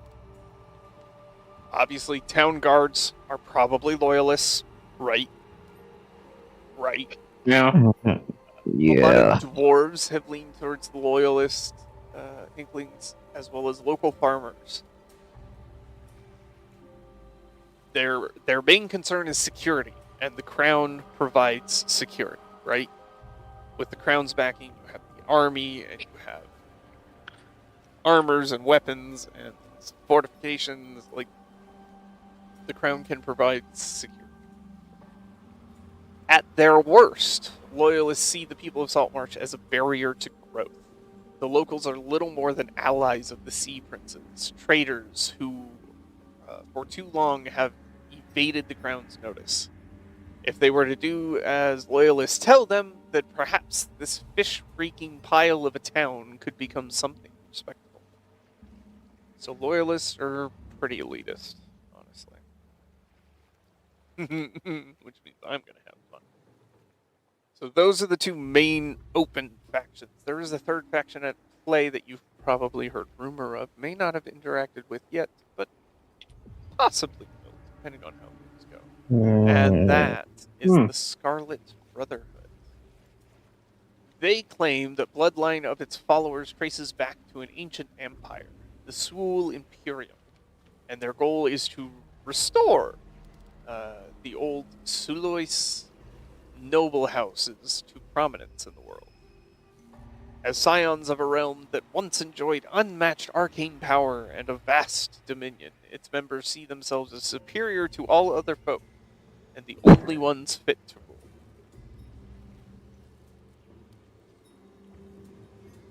Unlike other factions in Saltmarsh, there is no good side to the Scarlet Brotherhood. As unrepentant megalomaniacs, they are villains through and through. So they're the bad guys. As for what you feel about traditionalists and loyalists, that's up for you to decide. Any questions on the factions? I'm liking the Brotherhood. They're misrepresented people, so misunderstood. Oh, Clearly. Oh, Clearly. I feel like if we didn't want to like try and be a type of good party this time, you guys immediately would have gone with the Scarlet Brotherhood to try to overthrow them too. I mean, yeah. We're assuming that they are evil. They could just be like, we have a little bit more aggressive agenda Okay. to take care of mutineers. So the words I used were the actual words of the module. I read know. that verbatim, man. I'm trying to twist it. The module literally states there is no good side. No, you're not twisting me this time into doing We'll God twist you knows and we'll what. twist you all we can. No, you will not. I will resist. Yes, we will. You Dude, can what can you resist. have Nobody that said rule? you can't resist. Nobody said this is something you just have to deal with. Not a single I know. person said that. But if it was not for your pirate code number 1 that you put in there, I would try to shoot you automatically. Probably. Probably. Alright. Cool. Not hearing any politics or faction questions, so we're moving on. No, we got the like- we've got the traditionalists, we've got the loyalists, we've got the Illuminati. We're definitely going to be butting heads with the loyalists if we ever come across them a lot. Yeah. Yeah.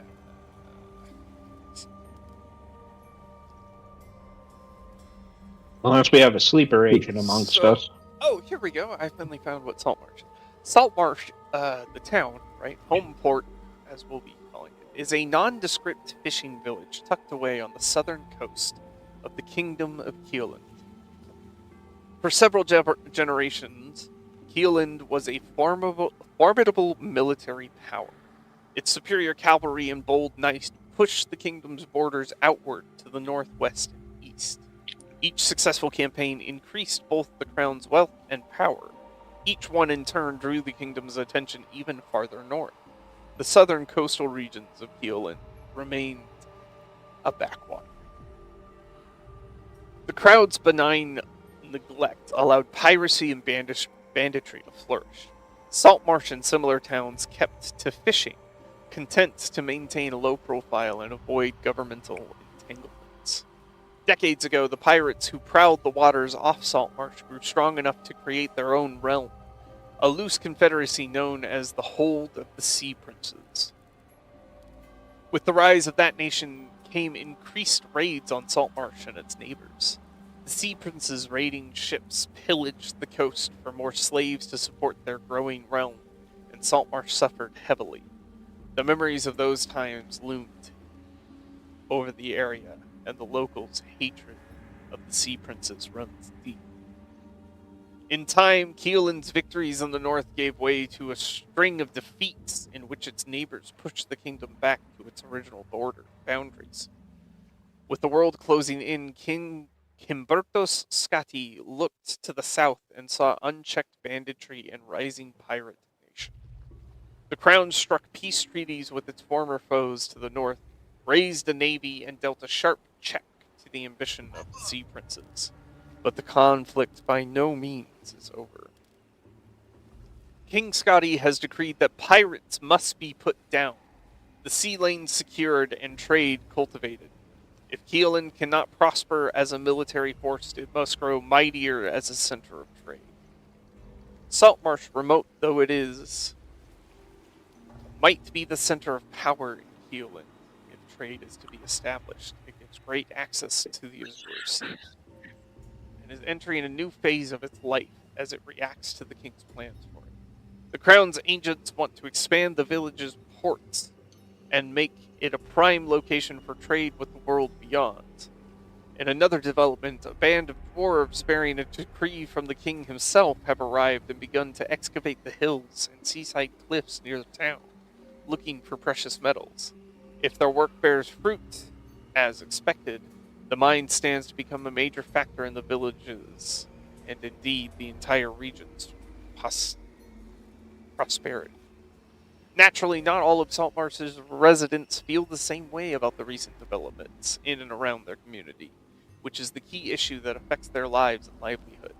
Although the recent changes stand to bring new prosperity to the area, many locals don't want to see their home changed.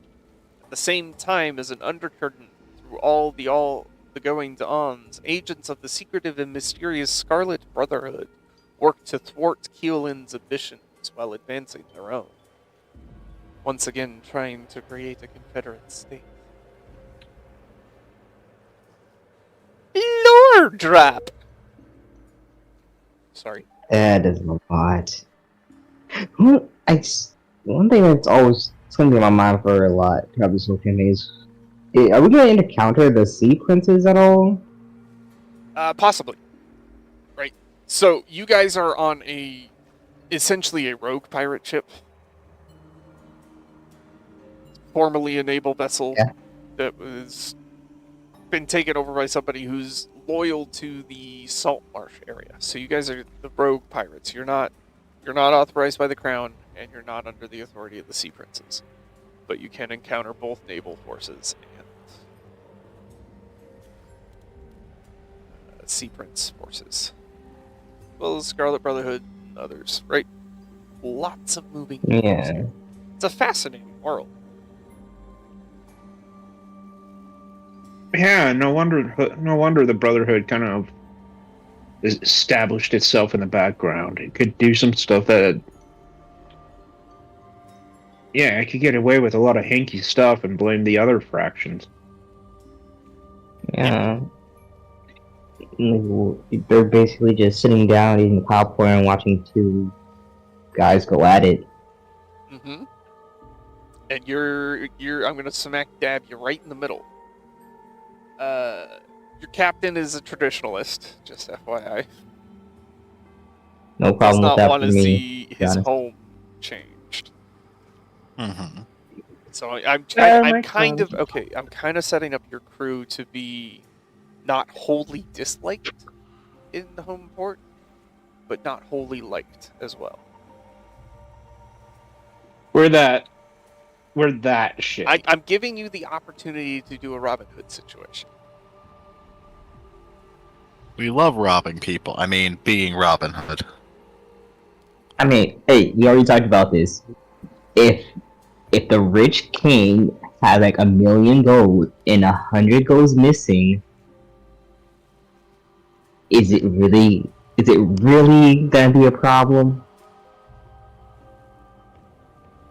You're missing the point Yeah. where you stole from the king. Yeah. Let's There's going to be a King. problem. King's a bastard, then who gives a shit? The Yeah, king, see. Yeah. Who cares about the king? Who cares what that But- he thinks? the loyalists. But more important, The king. we like watching Robins. We like watching Robins in a hood.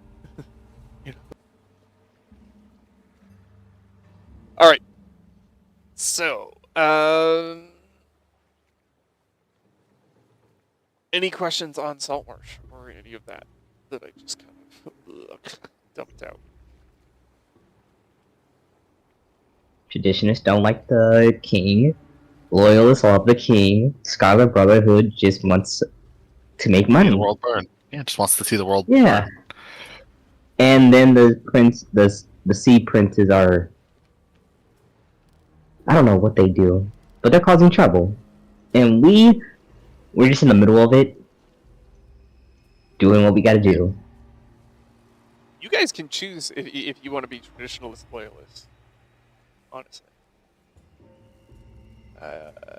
probably traditionalist. But anyway, that's your choice. If you want to align with one of the factions, there could be benefits to that. There could also be detriments to that. Ooh. Ziggy's backstory has him kind of saved by a traditionalist. So I'm probably gonna end up being a traditionalist. That's just Well, no, I think Ziggy. Harvey would say traditionalist. I mean, Harvey gets to make his own decision, right? But Yeah, no. yeah, I'm thinking. That's my guess. That's my guess what Harvey would say. But yeah, definitely wait for Harvey to be here Yeah, before we decide. Yeah, no. I think my guy's gonna end up being a traditionalist as well because he used to be a Marine for the and left that for some reason. So I'm assuming it's because he doesn't like the crown that much. They did some shit. I mean, major military force. Mm-hmm. We're not exactly in a world that has a Geneva Convention yet. Mm-hmm. I just gotta. I don't know if probably no one cares, but when it comes to fantasy things and then like the loyalists and like having military, it's like most of the time they end up just being over the top most of the time, and I end up hating them so much I will do almost anything to undermine them. Like you have this whole like this good system the system that could work very well, but you decide to be a bunch of pricks. But why? That's just how politics is. Because, you know what the ultimate goal of, like, games are, man? What? Hey, society, here's a mirror. I have my blindfold on. Don't put your blindfold on, man. Look in the mirror.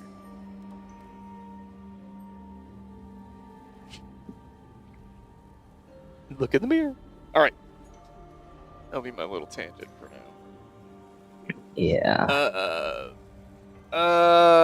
One thing we do need to do is name the ship. Let's name a boat! Oh, yay. Oh. I'm gonna be looking over the ship upgrades. The Don't look golden over the drake. ship upgrades yet. We're naming the ship. Okay, ship. Focus upgrades. on focus Sweet. on one thing, please. Sorry. Oh shoot, Sandy's gonna be a thing in this. Oh, sanity's definitely a thing. Oh yeah. So what should we name the ship? Do you have a picture? Do you have a picture of the ship?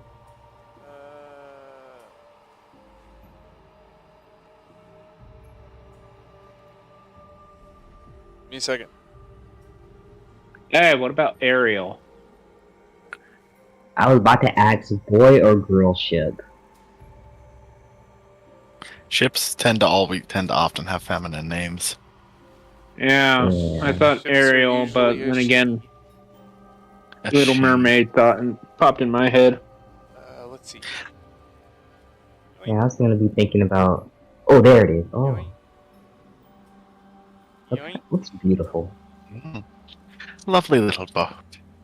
I call dibs on the crow's nest. Okay. Of course Now, you do. What are you, a sniper? that is just the top deck.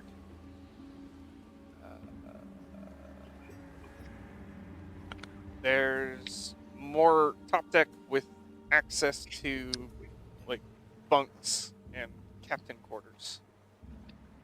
Over you got top deck. Whoa! I do not know what happened Whoa. there, Hello, but deck. you were cracking. So we got top deck, poop deck, top deck, main deck, or poop deck. We got full No, view, poop deck top is- deck, and then And below. then, so like on the right. So doink, doink. Do we have a On the Briggs? top deck, right? You can see the stairs.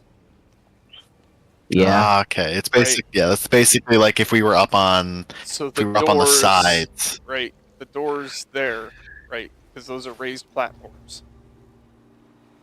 Where you've got the ship's wheel back here, mast, and then you've got your upper portion here, bow.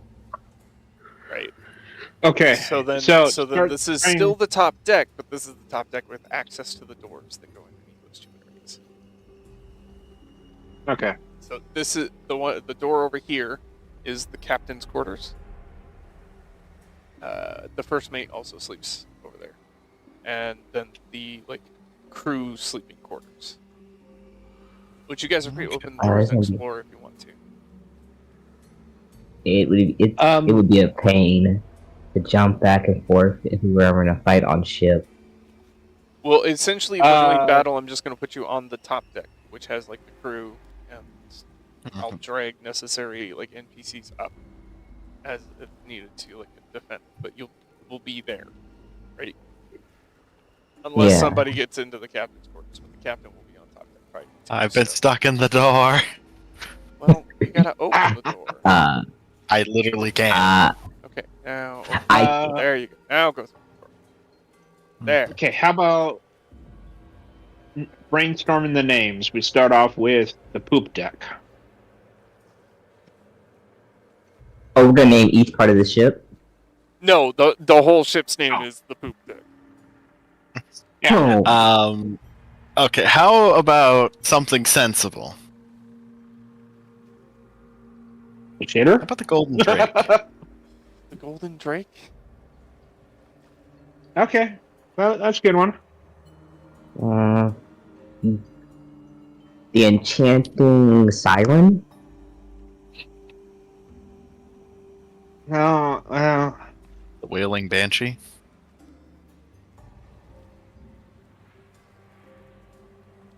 ooh, I like the Wailing Banshee.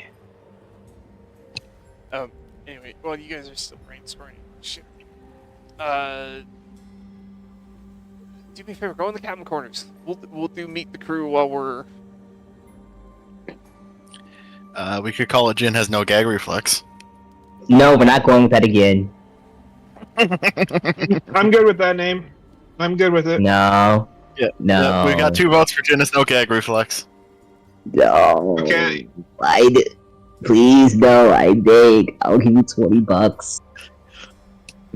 I don't $20 want- bucks. I don't No, want we're to gonna haunt need more you. than $20. Okay, we I'll have give you. Jin give has you no 3 gag Electro. reflex is option A. Option B, the Drake one. Wailing Banshee. Then, Golden Drake, and then the Banshee. Wailing Banshee, Uh, and the Calling Siren. The Enchanting Siren. Chanting Depending on Siren. what the figurehead. Yeah, because the figurehead could change. Okay, so we have four suggestions. We could either wait until Harvey gets here, or we could roll a d4 and have randomly picked the name. Mhm. I sort of want to roll the d4 because if I let you guys pick, I know you're gonna pick the gag reflex one. There's 25% chance it's the gag reflex one too. Let's roll a d4. Option 1, gag reflex. Option 2, gag reflex. Option 3, gag. Here we go. Please no. You will never be free of that joke. 3, that was the wailing. That was the wailing banshee. Banshee. Yeah. So Yeah. the wailing banshee. Yep. Yeah. Yeah. We signal going into battle with. Yeah, Go. we gotta at least let Harvey know we gave Jin has no gag reflex a shot. Fate just said, not this campaign, or at least not this ship. Yeah, not this ship. No, I will not. I will keep it. I will take my bishop to keep this ship from sinking. Okay. So the wailing banshee does have a character sheet which you guys have access to.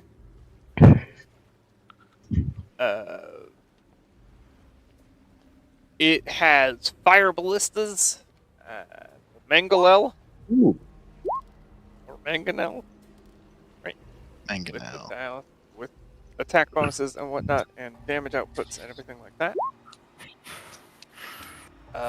So for those, we do need to pay attention to. The ship can take 3 actions on its turn, choosing from these options. It can only take 2 actions if it has fewer than 20 crew, and only 1 action if it has fewer than 10. It can't take actions if there are fewer than 3 crew members aboard. At moment,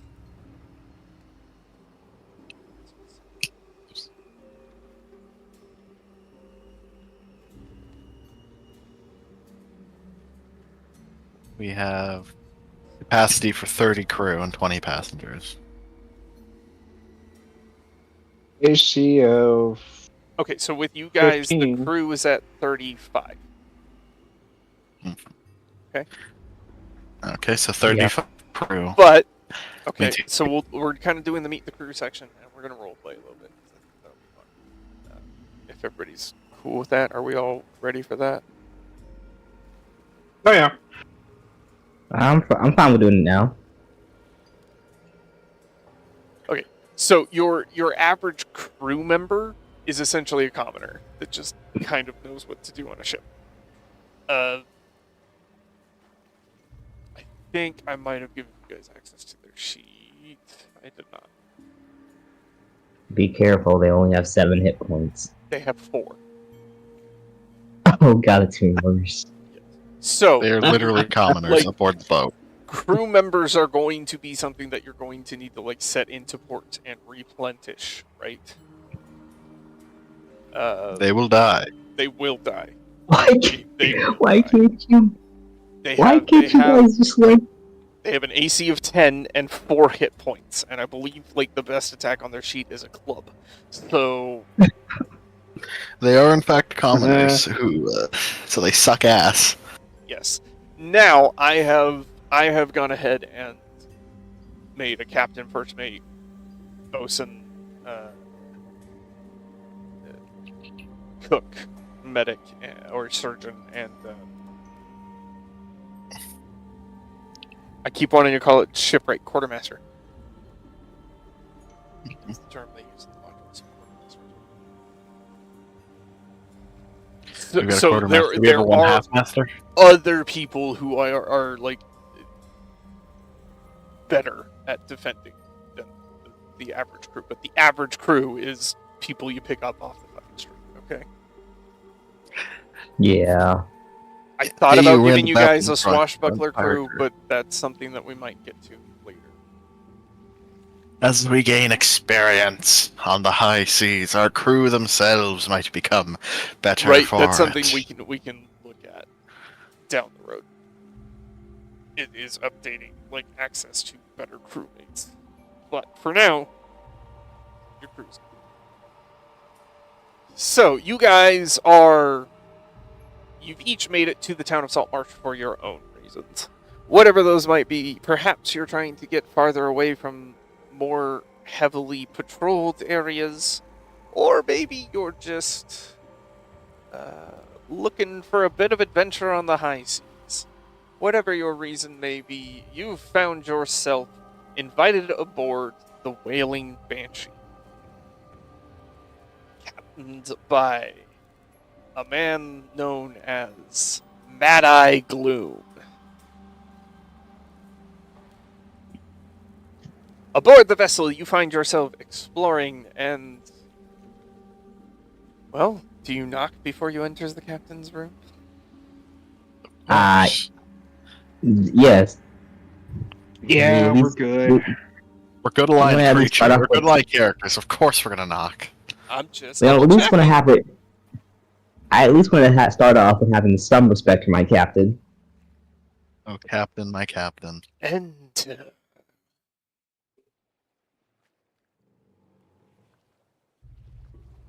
We head on in. Ah, yes, welcome aboard, gentlemen.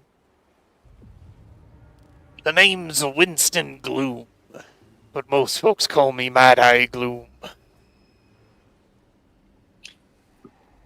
Well, nice to meet you, Mr. Mad-Eye Gloom. I hold out my hand to shake.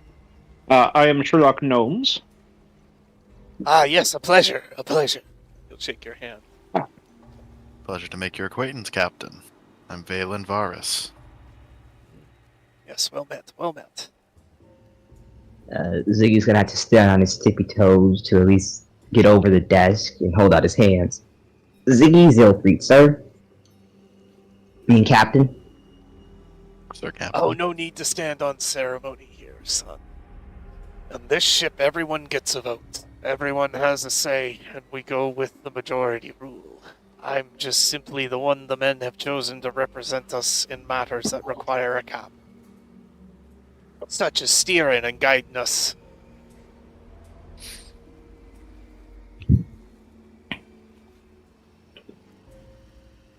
But we're glad to have you aboard the Whaling Banshee, and I hope you're fully behind our current crusade.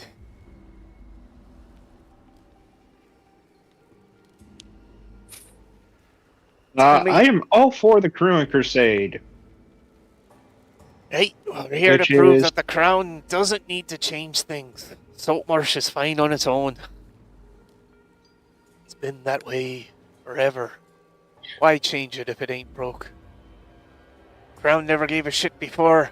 Why are they gonna start now?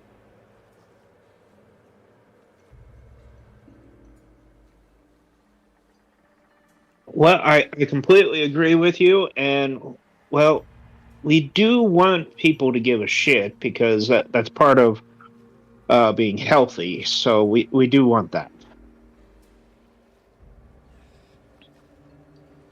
I'm not the smartest in the group. Ziggy's not either. All he really wants to do is, make sure people do well. And, So fight why don't any you, gentlemen, injustice.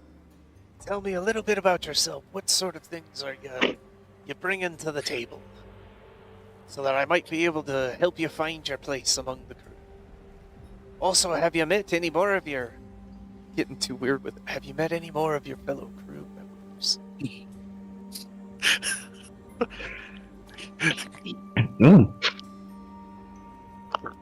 No, we haven't met anyone else here. But, as I said before, my name is Ziggy. I don't know if this is weird, but I grew up, idolizing pirates a little bit from stories I was told as a kid. Mainly the, one about the pirate cow. in the Minotaur. Ah, They went yes. into the The sea. bits. Yes, of course. I'm a decent shot. Hey, at least I hope so.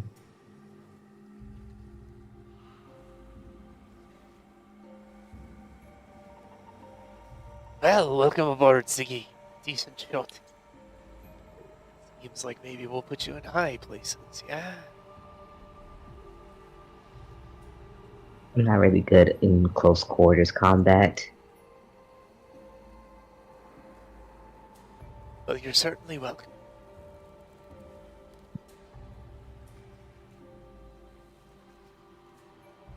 Well, as I mentioned before, my name's Villain. I used to be a Marine working for the Crown, fighting pirates and smugglers and the such, until one day we were boarding a smuggler vessel. We had managed to convince fighting was futile, down their weapons. But apparently, Crown had something to hide. Me and my men could sink the vessel with everyone on it.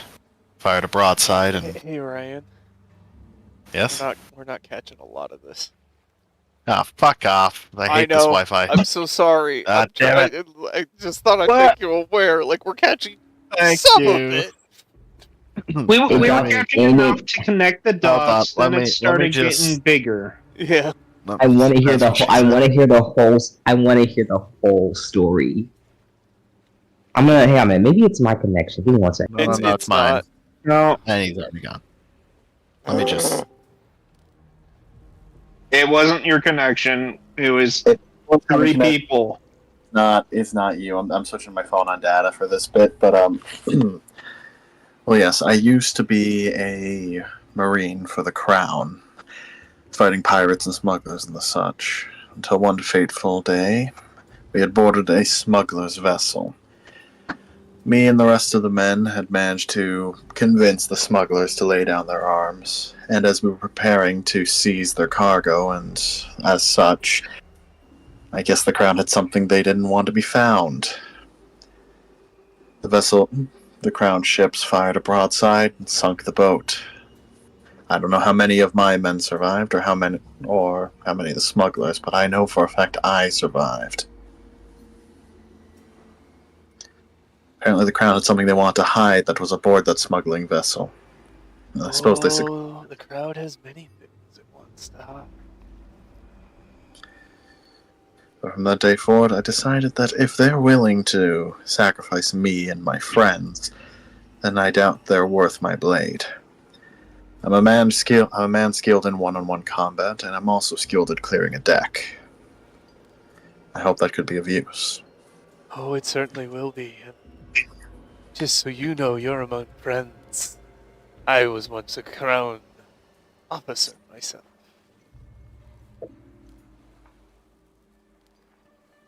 Well met. I'm going to switch back to my computer off my data and see if the Wi-Fi wants to work a bit better. Yeah, no worries, man. Thank you. No worry.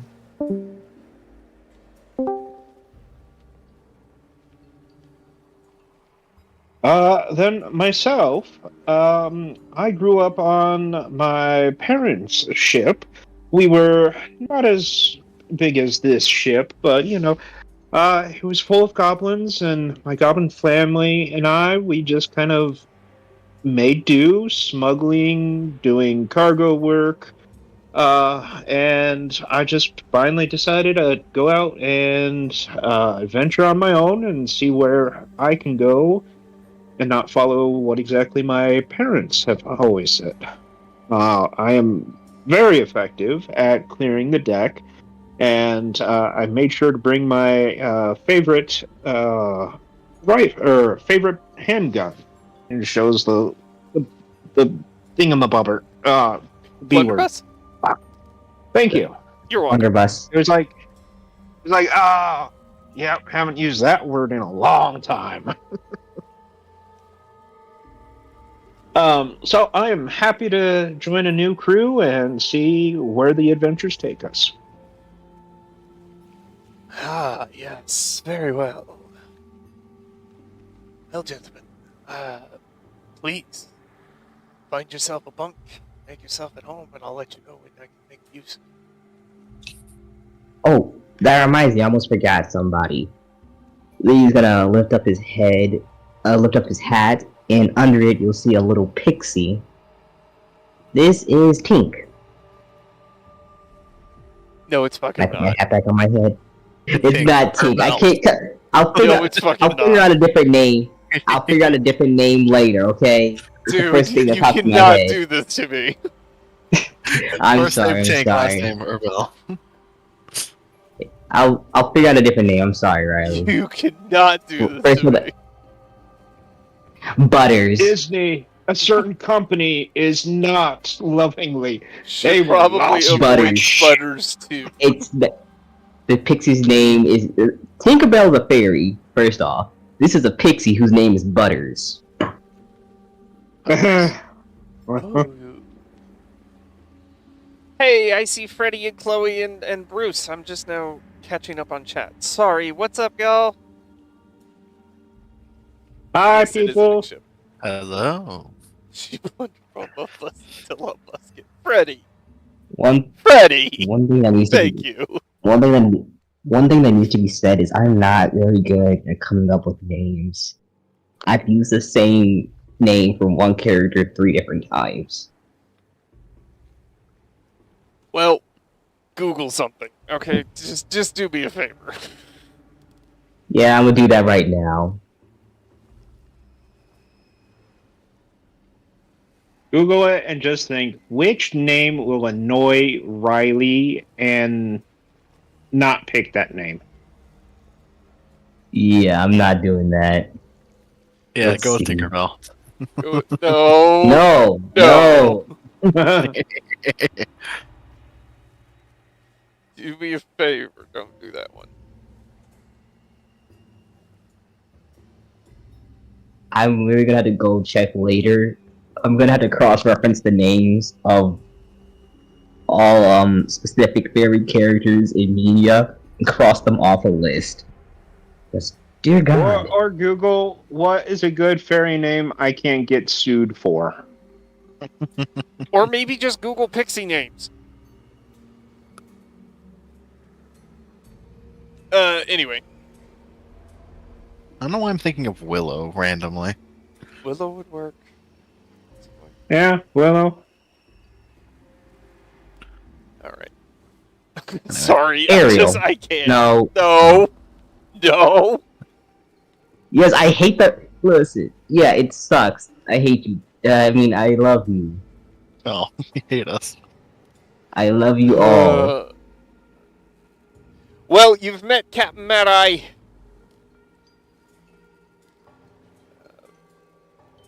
And he has encouraged you to explore more of the ship. Where do we want to go from here? There was somebody to meet on the top deck. I put the first name on the top deck. You want to go there? Yeah, I feel like me that the first mate afterwards would be good. That's one vote for yes. Hi. Yep, sure. That's 3 votes for yes. And Sherlock Gnomes decided to get away from me. Stop moving. Stop moving. Stop Run, it. Sherlock Gnomes. No, before keep it's moving. too Run. late. Never stop. Now I can't grab you. Stop freaking stuck in the wall. No, I just have to reload. Hang on. Where did they disappeared? Yeah, yeah, I had all 3 of you highlighted. Then you fucking moved. Okay, there we go.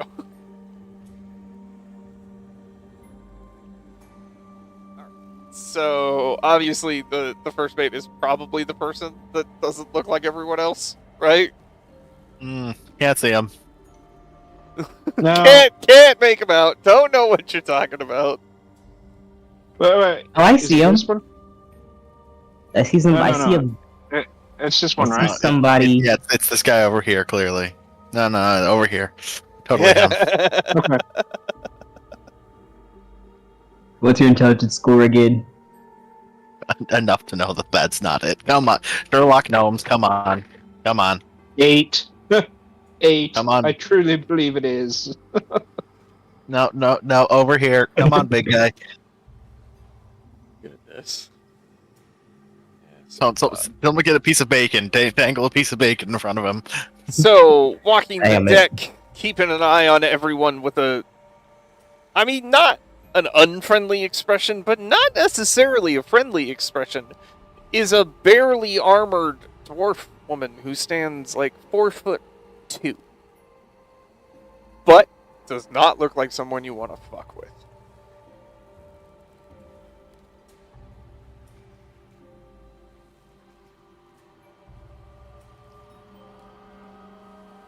I don't know why, but I like her already.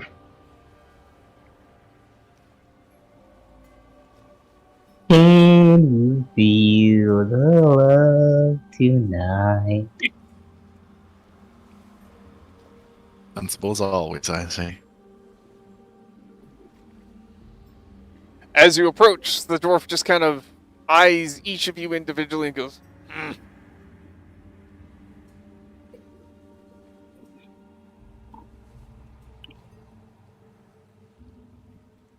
Hi, I'm Ziggy.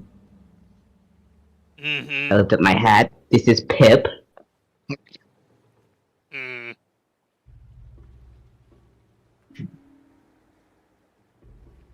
You guys gonna introduce yourself to the first mate, or?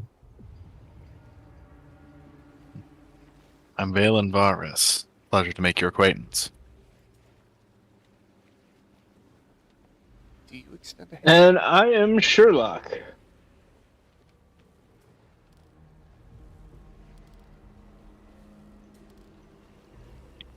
And Sherlock is still a little bit confused because he's still probably thinking that's the first mate. One of the crew members is going to walk by and go, "Oh, that's Torbrick Bone Shield. We call her the Wrath."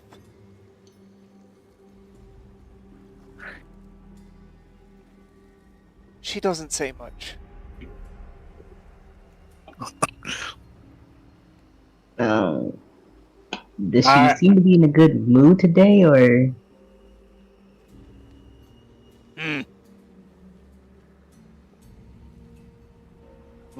I like that. You are one with short and few words, and you probably get right to the point when you say things. I respect that.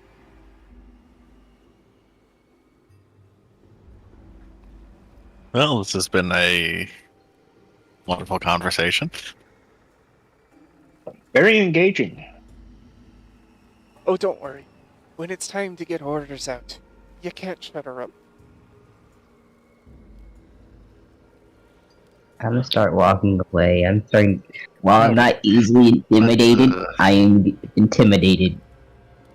That's a very fair reaction. I'm also going to let's go see if we can't speak with some of the other crew. Below Goodbye. decks. Okay, I'm gonna drag everybody. So do me a favor. Quick, everyone scatter. But I can't. The hand Mouse of is God right is there. touching me. What's up, Mark? I see ya.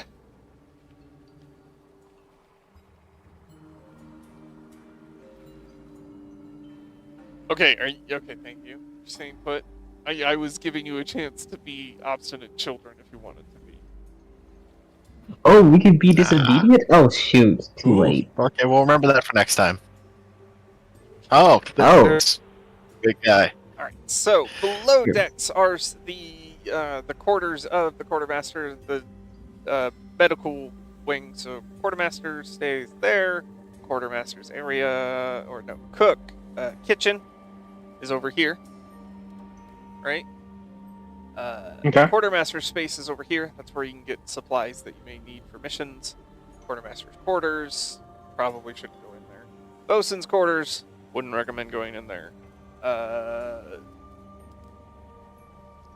Cook's quarters, you can go in there if you want to, I suppose. And the medical center, which is also the surgeon As you get down below deck, you run into the ship's bosun, a Goliath towering at Big man. Big man. I didn't put his height in. He stands 8 feet tall. Big boy. Big man. And nearly as broad. Hello there! Are you new crew members? Aye. Yes, hello! Maybe it's Pleasure to He's make your acquaintance. tall.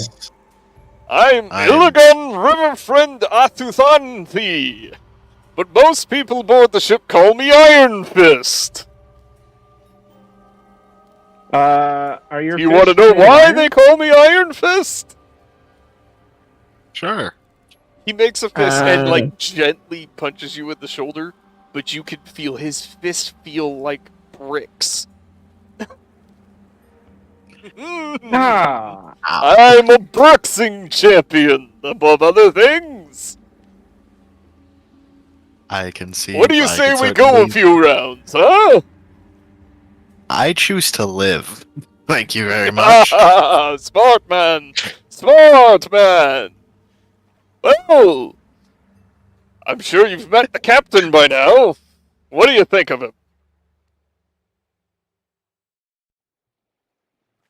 The captain seems like a good man. He is a good man, a very good man. Who else have you run into? What was it? The first mate? the talkative one. Yes, the one they call the Wraith. Well, don't you worry. She's a specialist, here to keep crew's morale high. Also to supervise and encourage and discipline. She's very effective at it in her own way, honestly. Trust me, I've seen her stare down some of the most fearsome sea beasts without flinching an eye. She's one you want backing you. You're so tall. That I am! You're also very short. Phelan's like a fucking 3-foot tall goblin. Looking up at this 8-foot tall Goliath. I just want this to be like stated. We're like 3 foot tall, two of us. I don't know about Sherlock. I don't know about Sherlock Gnomes how tall he gets, but to us, I'm basically at his shoe. Hey, how tall are you again, Probably. Sherlock? No. Oh, that's the wrong size. I Sherlock am Gnomes 4. is just a tall. You're 4 feet tall. Yeah, I accidentally put 5'5", but then I realized I selected small, so it's like, Oh god. How many of you yeah, are that's a small, little. technically?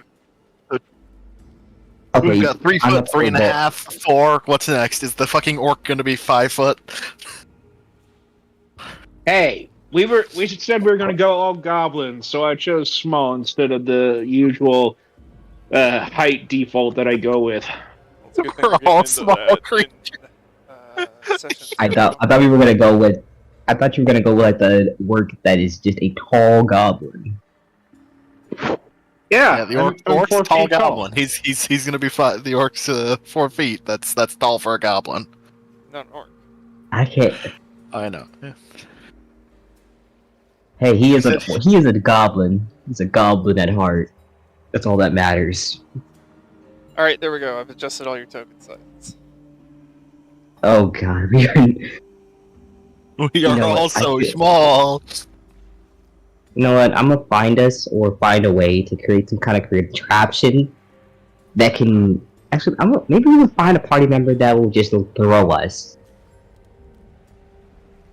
Listen, this is how we board Anyway. how we board vessels. We have our orc friend pick us up and yeet us onto the other vessel. I mean, Iron You Fist juggle would me, do it. sir. What do you say? Sure, I'll try. Come here. I'm He's just going gonna to be scoop like- you up and start chucking you from hand to hand. Ah! This is fun. He's very gentle. You He's a won't let the gentle boarding giant. vessel. Anyway, I'm the bosun. I provide technical advice to our Grand Captain and take care of any repair efforts that need to happen.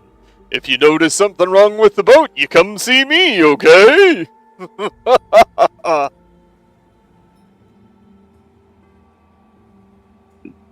Radio, sir. I mean, aye.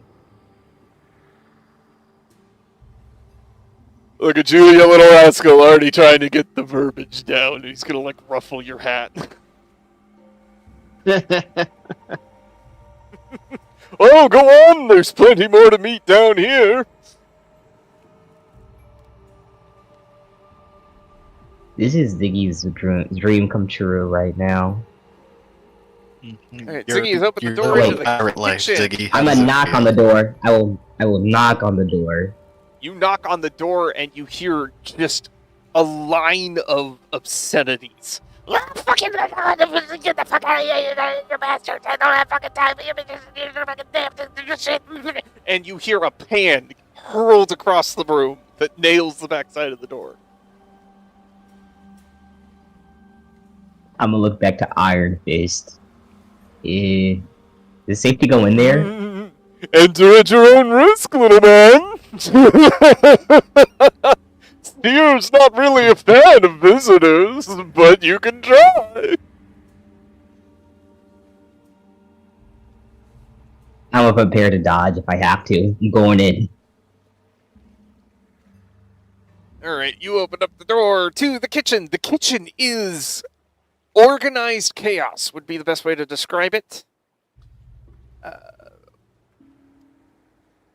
And the person in charge appears to be a water genasi who is dressed in, like, leathery hides. And they're running around the kitchen barking out obscenities and orders to a group of crew members who are bustling about as fast as they possibly can, but it does not seem fast enough for the chef, who is furiously throwing things around. Food, plates, pots and pans, dicing at a speed that is insane.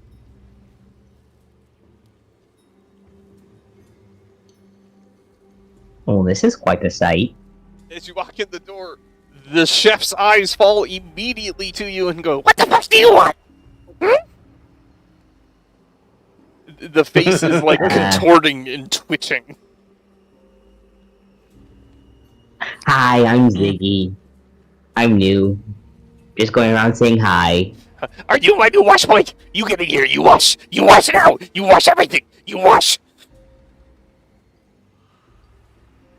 I think you Don't have say that like a Ziggy, fucking have you- idiot. Get in here, goddammit. Come on, you wash. Okay. I wash. Where do I wash? Everything, you wash everything.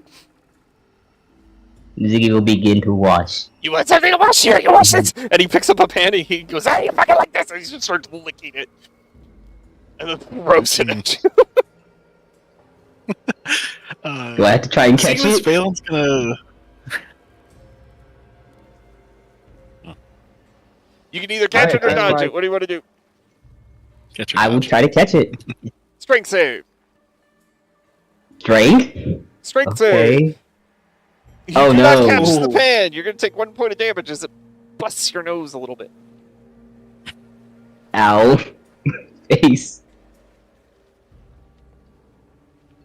Well, don't let it hit you in the fucking face, you moron. Come on, get your head together. Let's go.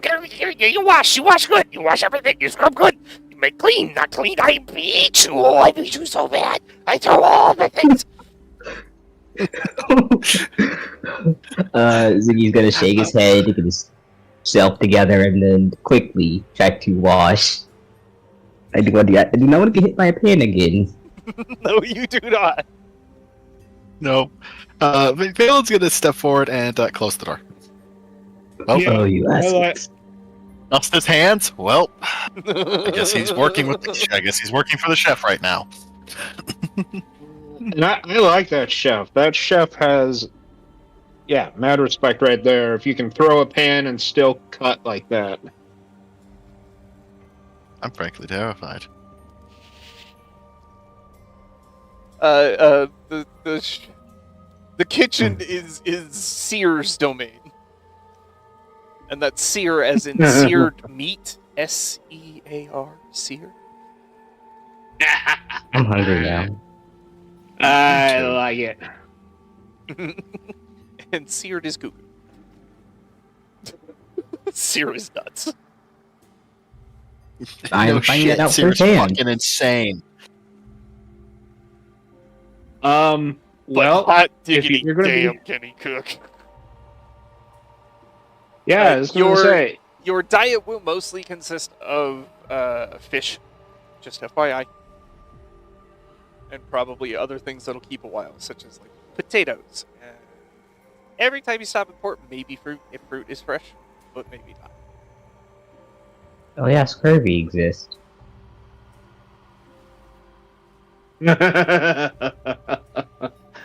well, now Riley's gonna introduce biochemical warfare. Oh, there's a whole subsection for that. Are you serious? Diseases exist in D&D, yes. And I think this one might have some specific ones. If not, there are plenty of ones like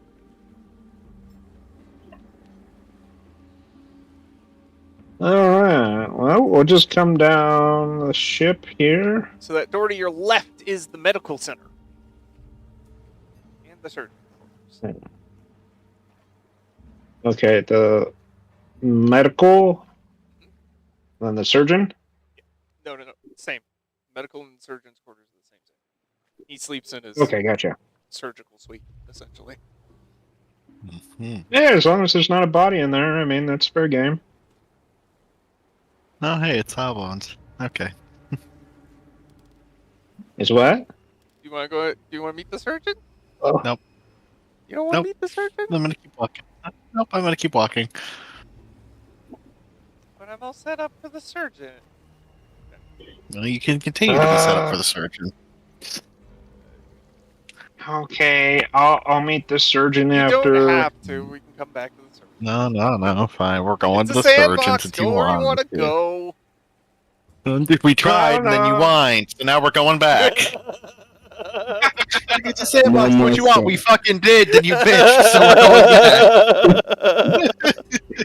You When the complain last when time- we say we'll do it later. We do it now, and you complain. And It's fine. All right, you open the door to see a bugbear dressed in all white, with white gloves, a pipe in his mouth, and kind of like a butcher's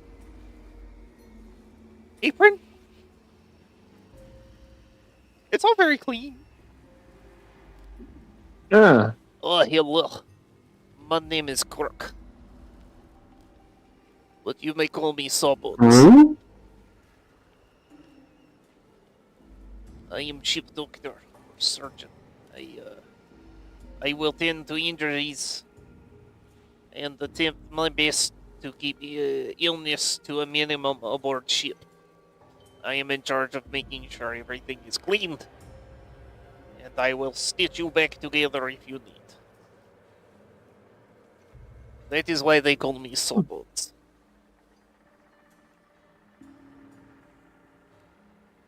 Are you Oh, injured okay. in any way? Come here, I sit on table, I give physical.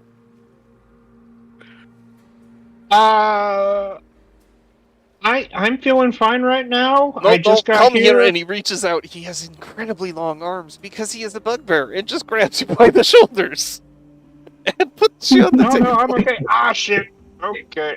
Suffer as I I'm in have. here. Suffer as I have. Let's have a look at you. Yes, let's see. Very strong. Good, and he's like grabbing like your head, and feeling around, working his way down your throat. Yes, very good. Everything in place. That's nice, alright. And then we look at rib cage. Can you cough for me? Yes, good. Alright. How heart feel? Heart feel strong? Let's see. And he like puts his hand on your chest, kind of looks at a watch. Oh, that's too hard. That's too hard. Oh, no, heart feel good. Alright, very good. Alright. Oh, I'm sorry. You're feeling uncomfortable? Here, we can make you more comfortable. Lie down. We can get other pillow if you need other pillow. No, I'm better. Thank you. Yes. All right, there you go. You looking good. Good health. Yes, that is good. Now you make sure that you wash regularly, right? Ship can get very dirty. You wash you and you wash your bunk very regularly. You keep up on sanitary practices. Yes? Yes. Very important. We wash. You get sick on ship, you wash have to once a come month. see me. And if you get sick, I have to fix you. Only way I know how. Okay. I'll make sure to take my monthly bath. I'll do that. Very good. And every time you wind up in the ocean, you make sure you scrub salt out of skin. Not good for skin. Okay. Sounds perfect. Thank you very much for the quick checkup. And you go see Seer, you get yourself some citrus. Yes, citrus is important. Potassium too. Yep. Potassium, cyanide, and citrus. Gotcha. Not too much cyanide, though. You must be careful. The cyanide is for a friend of mine. Oh, hello. Are you new to crew as well? Come, you need physical.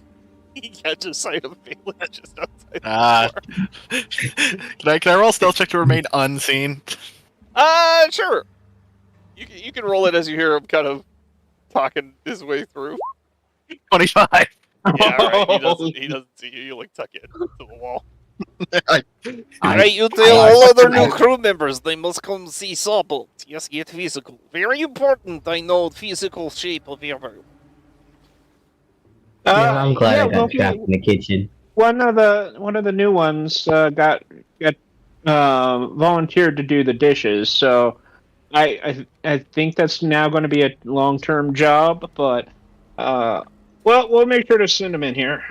Thank you very much, and I'll see you later. Yes, you come see me if you feel any need, okay? You get cut, splinter, bruise, you come see Sawbolt. Yeah, sounds good, and I'll make sure to go light on the cyanide.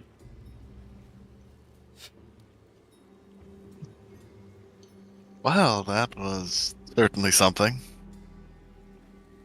Yeah,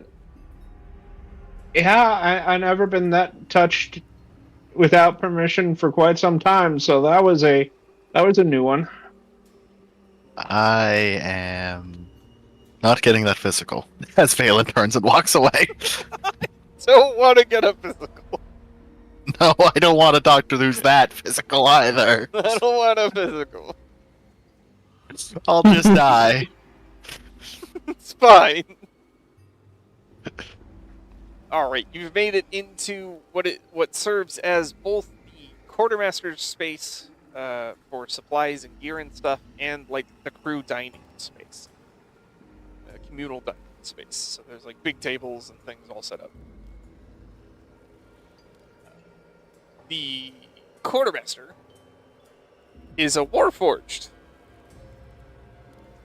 who wears a very strange hat, a hat that you haven't quite seen before. Probably haven't seen too many warforged either.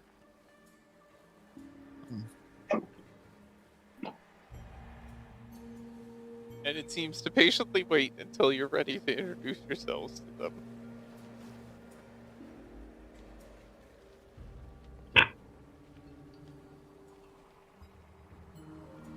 The eating area is fairly simple. Wooden tables and chairs that are, not entirely secured, but the tables are like bolted to the deck, right?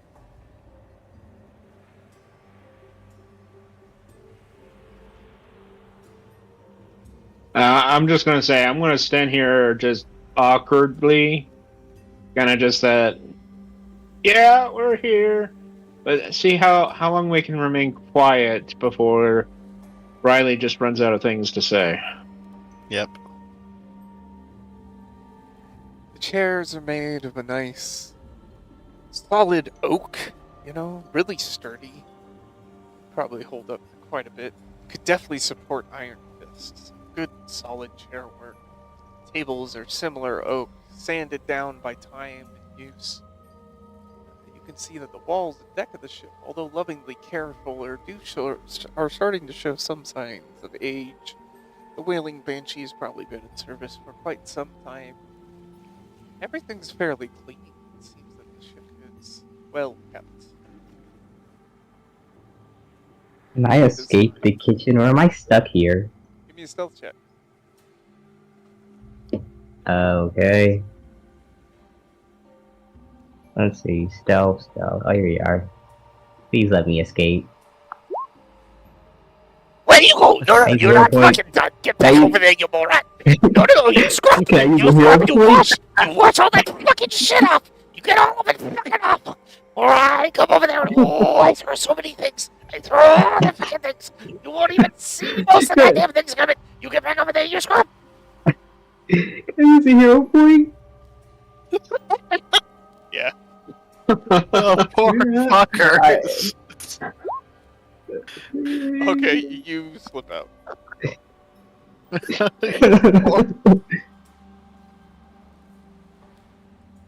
Oh escape. dear. I'm stuck on the door. Nope. Freedom! Freedom. Freedom. My hands hurt. So much scrubbing. So Oh, many hey, pots. Ziggy. Hey Ziggy, are you back from your scrubbing adventure? Ziggy feels like he's gone into a dark place. You should probably go get your physical. Yes, they're giving away treats. Treats? It's over there, back there. If you back door, the second door on the bottom. Yeah. Oh, let's over there. snap Ziggy awake. He's going to get a treat now. Well, we've already. I see. Ziggy,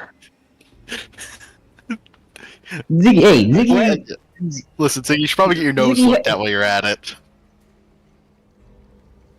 Listen, I'm doing it out of good place in my heart. He got his nose bashed in by a pan. I hope he gets that. You notice I back haven't up. said a fucking thing. I have not said a fucking thing here. I can see you, Riley. Like I know what you're thinking.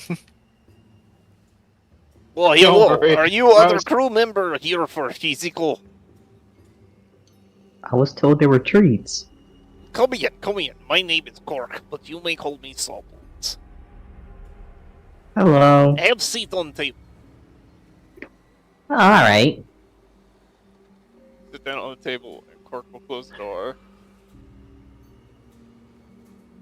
And from where he's standing, he doesn't get like up close and personal. From where he's standing, he just goes, All right. I see you have injury on nose. Hang on, let me look. and he just reaches across it. He's like, kind of poking at it. It looks like a minor cut. This is not a problem. We put small bandage and salve on. We'll be fixed in few days. Can make it so does not scar unless you want scar. You want scar? Will it hurt? There will be unpleasant sensations when we clean wounds, yes. Ah, it Like can't be that steaming. painful. Let's do it. It can't be that painful, right? He pulls out a potion that's kind of like, it's clear, but it's bubbling as if it's boiling.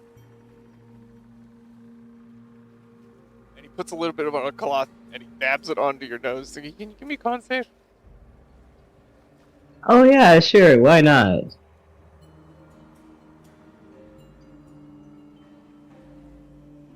Let's see, did it roll? Or do I gotta roll it again? It rolled. oh, okay. I swear... Okay, no, I swear that there must be some hidden mechanic for lizard people who have the constitution saves. Oh. It stings a little, right? But it's not the worst. And then he puts like a small little band-aid on it. There, albeit. Right? Now you leave salve on. Very important. Okay, you take band-aid off 2 days. That's so bonzor. Band-aid off 2 days. Now then, let's Okay, have a look I at get the my rest treat of now? you. And he's like opening up your mouth and he's Say, aw! Ziggy's gonna grab his hands on his maw and lift it real up, unhinging it a little bit. Say, aw, stick tongue out, please. Yes. I am a kobold, there we which go. is a reptile. There, I see. Yes, very good. All right. Now we look. How is heart is strong, good. All right. And we check rib cage, and he's like grabbing it, kind of. It's not super It tickles. invasive, but like. I'm gonna say it tickles. Very good. Now we check reflexes, and he just takes a knuckle and kind of curls it and whacks your knee. So, yes, good. We try you. Yeah, very good. Okay. That didn't hurt. That didn't tickle as much as it. Ow. Ow. Now you make sure that you eat your citrus and you bathe daily. Yes. You make sure you take bath and you wash area around you.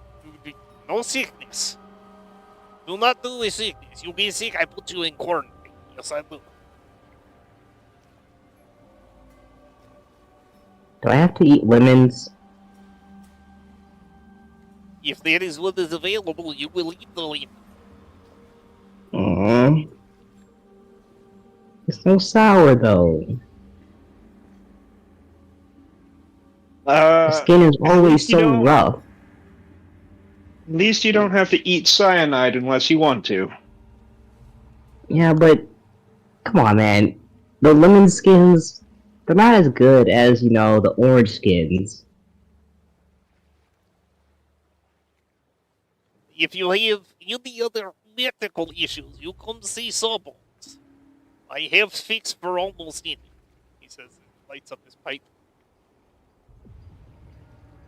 Do I get my treat now? I do not know what you talk about. What do you mean, treat? The other two guys that were here before said that you get a treat. Oh yes, your treat is knowing you are in good health. Ziggy will Most walk out important proudly. thing to know.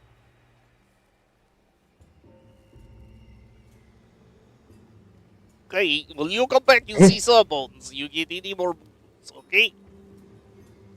Okay. I just realized his entire body is blocking the door. Yeah, he's fine.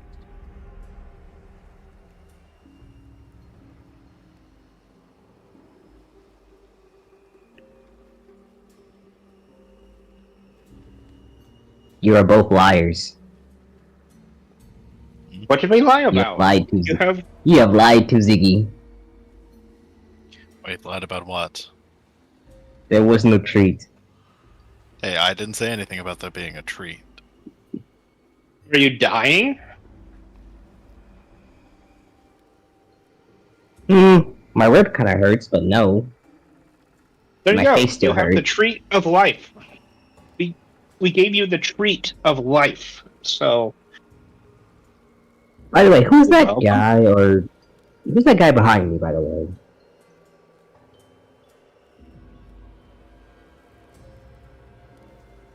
The Warforged has not Well- moved is standing in a very relaxed pose, just right inside the entry to a section that seems to have a lot of like manuals and tools and other things.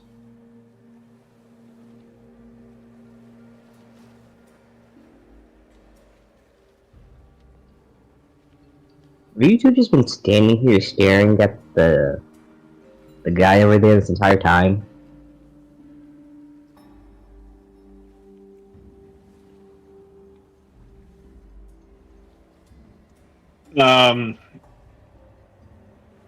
Sherlock just looks at Ziggy and stares at him and doesn't say anything. Perfect response. Only appropriate response.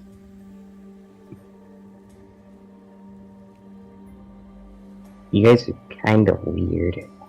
That's coming from me. I'm gonna go over to the Warforged to say hello. Lightly tapping the shoulder. Good day to you. I am designated Good day. Pilgrim. I am this ship's quartermaster. You can come see me if you need help plotting the course, or to look at nautical charts or study weather and sea conditions.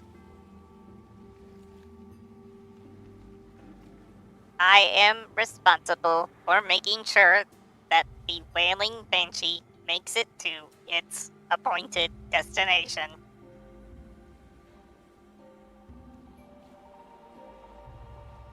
As well as supplying crew members with necessary tools. Do you require a necessary tool? Let me check.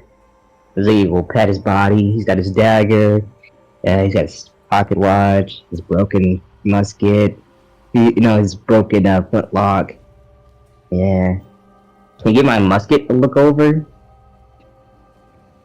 Allow me to see the weapon. I'll pass over my musket.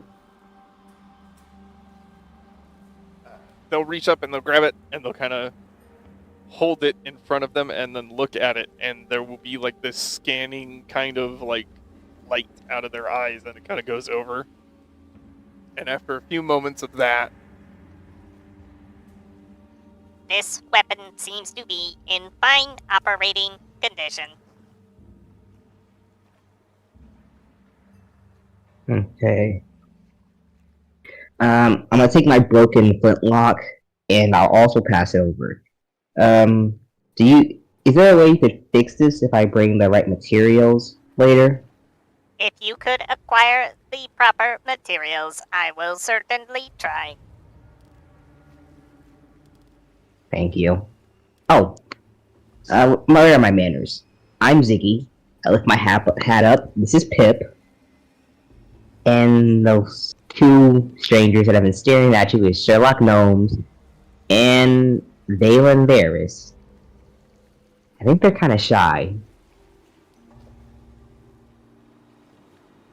Hello, Ziggy, Sherlock, Balin. It is such a pleasure to make your acquaintance and know that you are new crew members.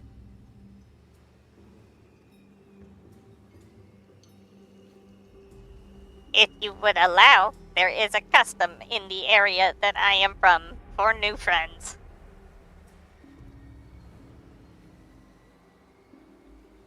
I'm always down to make a new friend.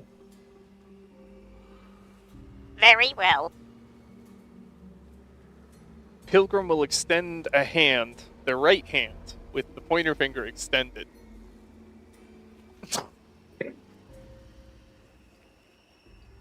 Riley, are you serious? Are you serious, Riley? I'm the only one dumb enough to do any of this stuff. Yes. I will pull his finger.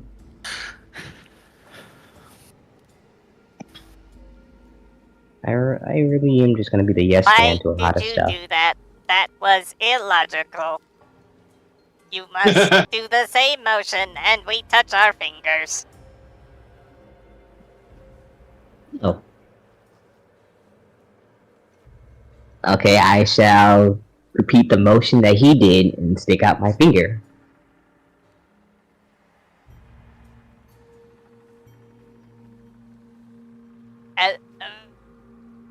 As your fingers touch, Pilgrim goes, It is a pleasure, and it is well met. I mean you no ill intent. and that's it. She'll then do the same thing towards Valen.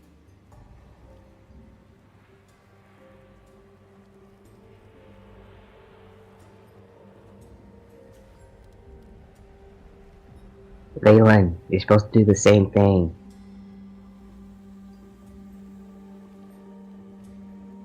Sherlock will step aside. Oh. We'll do Sherlock. Go, Sherlock, go!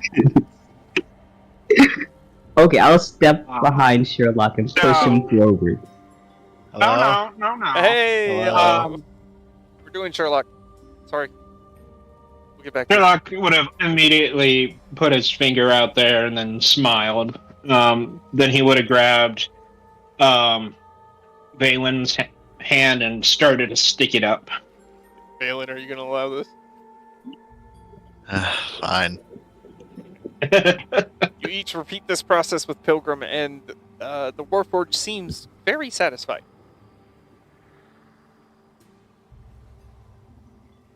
This has been a most pleasant interaction.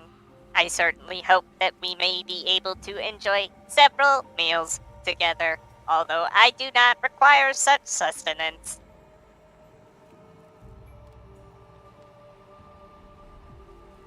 What do you require? Oil changes.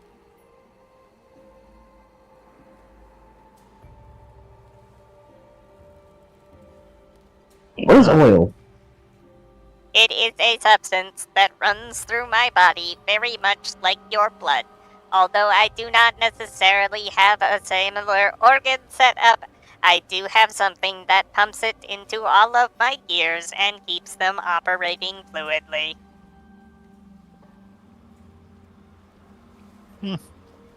Interesting.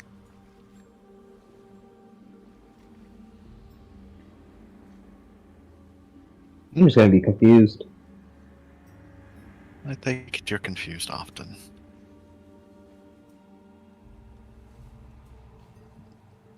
Sherlock would just be like, "What?"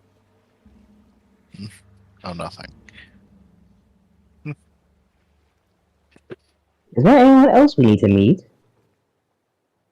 We've met the captain, the bosun, the cook, the doctor, Bosun. bosun. It's kind of like an abbreviated way of saying boatswain. Bosun. Okay. Met the captain, we met Wraith, Iron Fist, Seer, Iron Claw, not Bone Slaw? Sawbones. Bone. Sawbone, and Pilgrim. Yeah, essentially I've introduced them to you by their known names for the ship.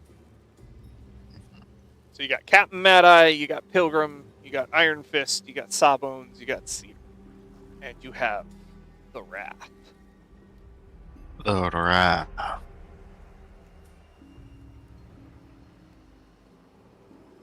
But yeah, I that's the don't know, group. the weather's pretty good outside today, right? No shit, no storms incoming or anything, Pilgrim?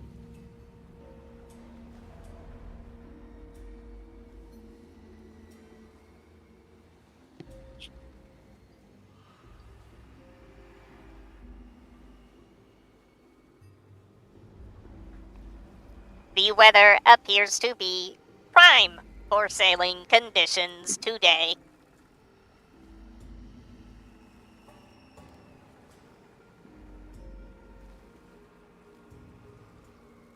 Hey, where'd Sherlock go? Sherlock is in the hallway checking out this magnificent wooden floor. What a magnificent wooden floor it is. How many feet have tramped across this floor? How many stories could it tell?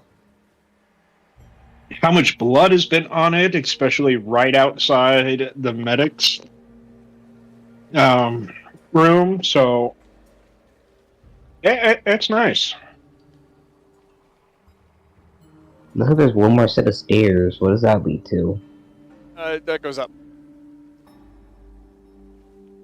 Oh, it goes up. Yeah, your ship is Yeah. essentially a galley, I want to say. I think is what I went with for you guys. A lovely galley. A galley is a good size. Oh, galley So really, jeez. I have all of those transformation images if you desire. Yeah, you can send those to me over Discord, and I'll work on that in the background when I get a chance. Alrighty.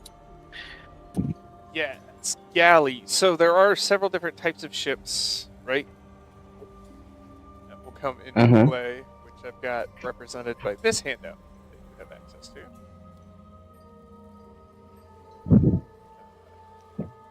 which for all of you on the YouTube, I'll make that picture, hopefully. Yeah, that's nice. Okay. Kind of nice. But there are several different sizes of ship, not necessarily all of these different ships. I just wanted to show that there's lots of different ships out there, right? But ship size and designation will kind of determine ship function. Like how fast it can move, what its ability scores are, its hull rating, its damage threshold, things of that nature. Which a damage threshold is a threshold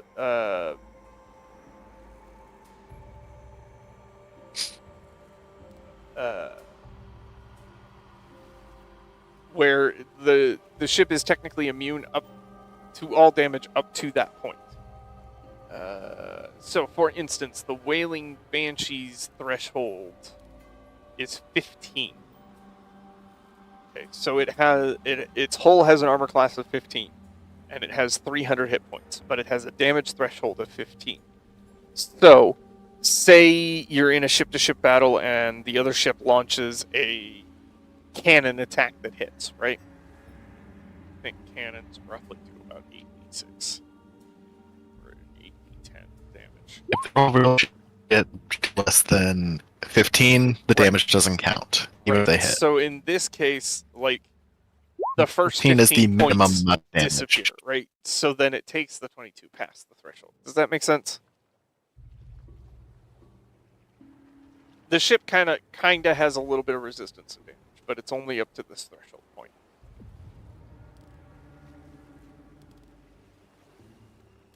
Your speed is calculated as 15 feet while sailing into the wind, 60 feet while sailing with the wind, and 45 feet if you just catch the wind a little. That calculates out to roughly 5 miles an hour or 120 miles a day. Now that is if you are going where you're just kind of tacking and catching the wind and moving at 45 feet a turn, technically, right?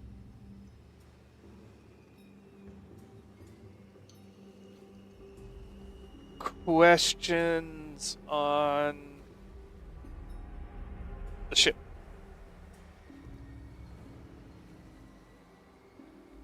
No. I like it. And I like how you did the names. Very creative. Thank you.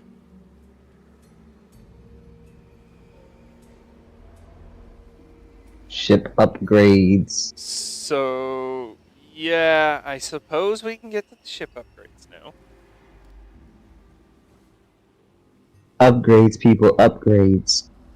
Upgrades, people, upgrades. I love that movie. It is So a these really are fucking things good that you movie. can work towards getting, right?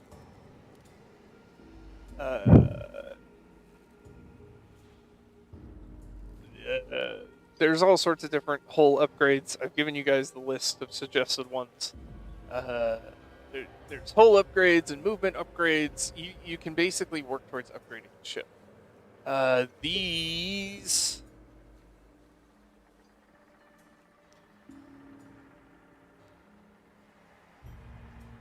Okay, upgrades require 15,000 gold and 1d4 weeks of time to be accomplished.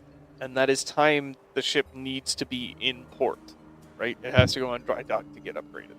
Does that make sense? Yeah. Now, some of that we can use as, like, downtime, where we can kind of have things going on in the background. We can roleplay out some of it, right?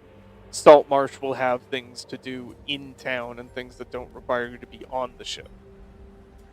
But if you want to get an upgrade, you need 15,000 gold and a rolled amount of time, between 1 and 4 weeks, for it to be applied to the Wailing Banshee. Okay? Yeah, makes logical sense. Not going to get into like each individual upgrade. We can decide. We can get into details there. I may have to design like a shipbuilder for the town and do like a shop scenario for y'all, but we'll get into that. It's just session 0. It's over stuff. Yeah.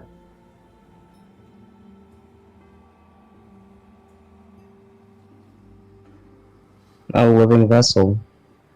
So yes, Oh, you can get ship upgrades at, I mean, a significant price. The price of at least a very rare magic item.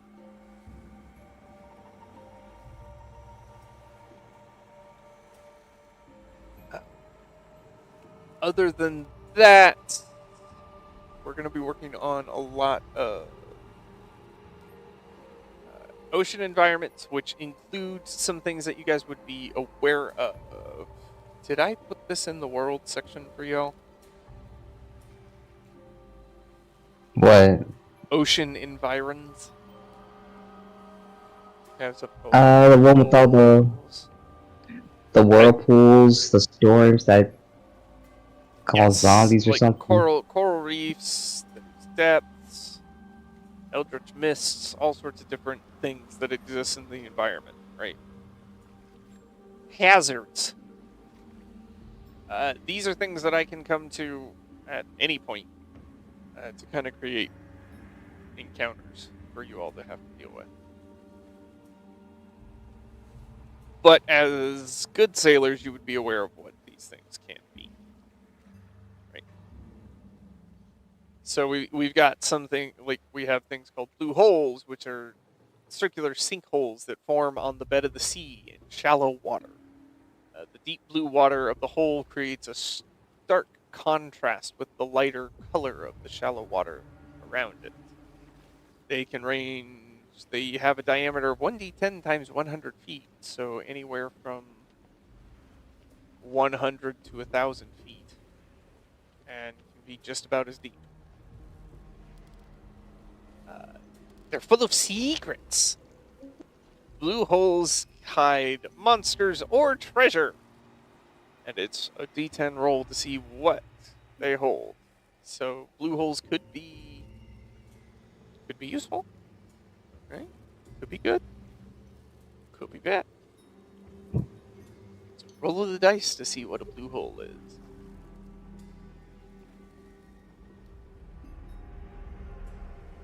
There's coral reefs to be explored. Reefs are home to colorful ecosystems, lots of small, colorful fish, crustaceans, and mollusks, and are a very good place to find, like, food, if you're a little tight on food. However, predators also frequent reefs. So sharks, barracudas, octopi, maybe kraken. Who knows?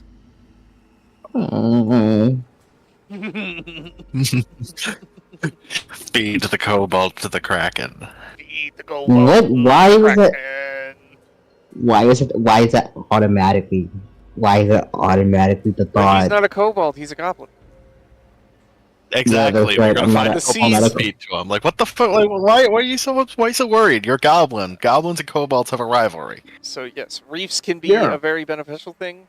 However, if you get shoved into a reef, right, Oh boy.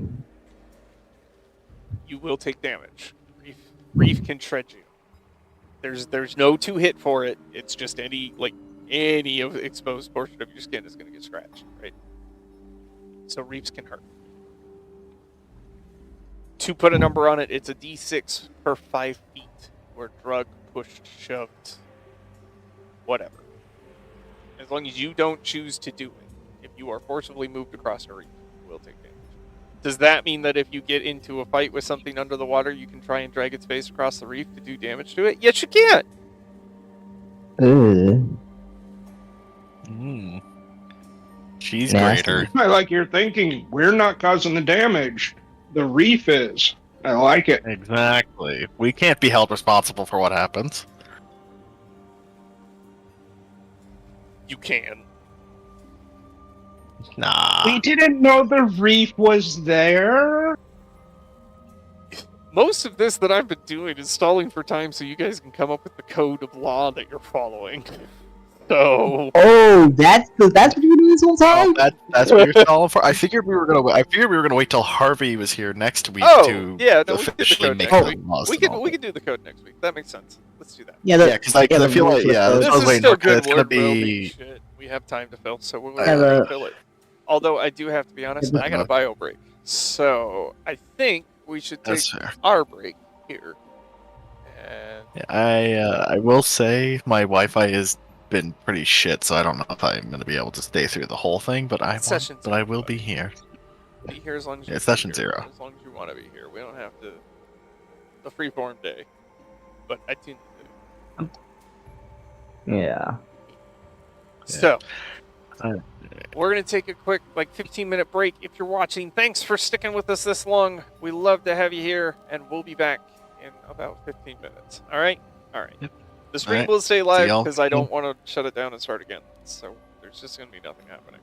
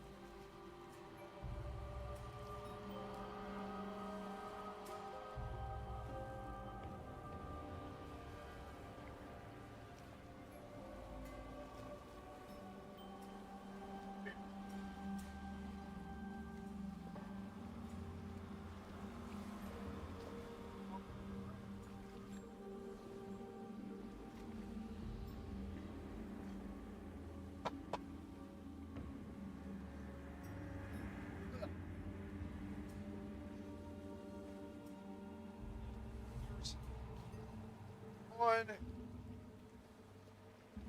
Boise. Alrighty, I managed to make it back. Has anybody joined me? Squeezies. I never leave. I mean, you're allowed to go places if you need to go places, but like.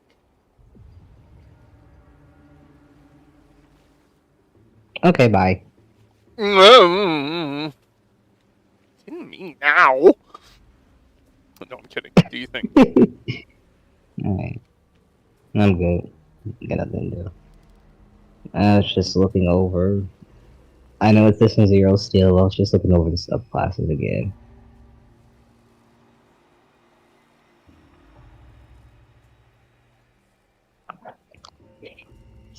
Oh no, he's hit the multi-class crack metaphoric. You know, How can I okay, do as No. many in one go? there as is an possible? argument to be made that like straight characters can be super OP too. And yes, absolutely. Have you seen a level 20 paladin go to work? Woo, woo, woo, buddy. I'm not gonna. What we saw, William? I was just oh fuck. He was fighter. But he went to town to the point where it's like, ooh, we are not fucking with William. It's just, I don't know. I think it's been like always a thing whenever I do like any kind of character creation that I like to have my bases covered. But like personally, Oh, I am a multi-class whore. Everything's a multi-class, man. I love finding things that just function well together. okay. So this is not the same thing right now, but in like Mass Effect, one of the reasons I love the engineer class so much is because it has a bit of everything from every class. Mainly the whole fact that I could just summon in drones, also a rocket drone. I get all three elemental attacks like shock, shock, fire, ice, and biotic distortion things, without having to like constantly switch my ammo type. And that probably is why I like multi-classing so much. You know, it's like All my bases, me and a good all buddy my of mine bases can be covered. have played Far Cry 4, 5, and now 6 together in co-op, right? Not all the way through Yeah. for all of them, but like on different occasions, right? We really, really enjoyed 5 for a very long time. He was hesitant to do 6 because they did a whole like different ammo does different things type situation. And he didn't like it. But I convinced him to do it with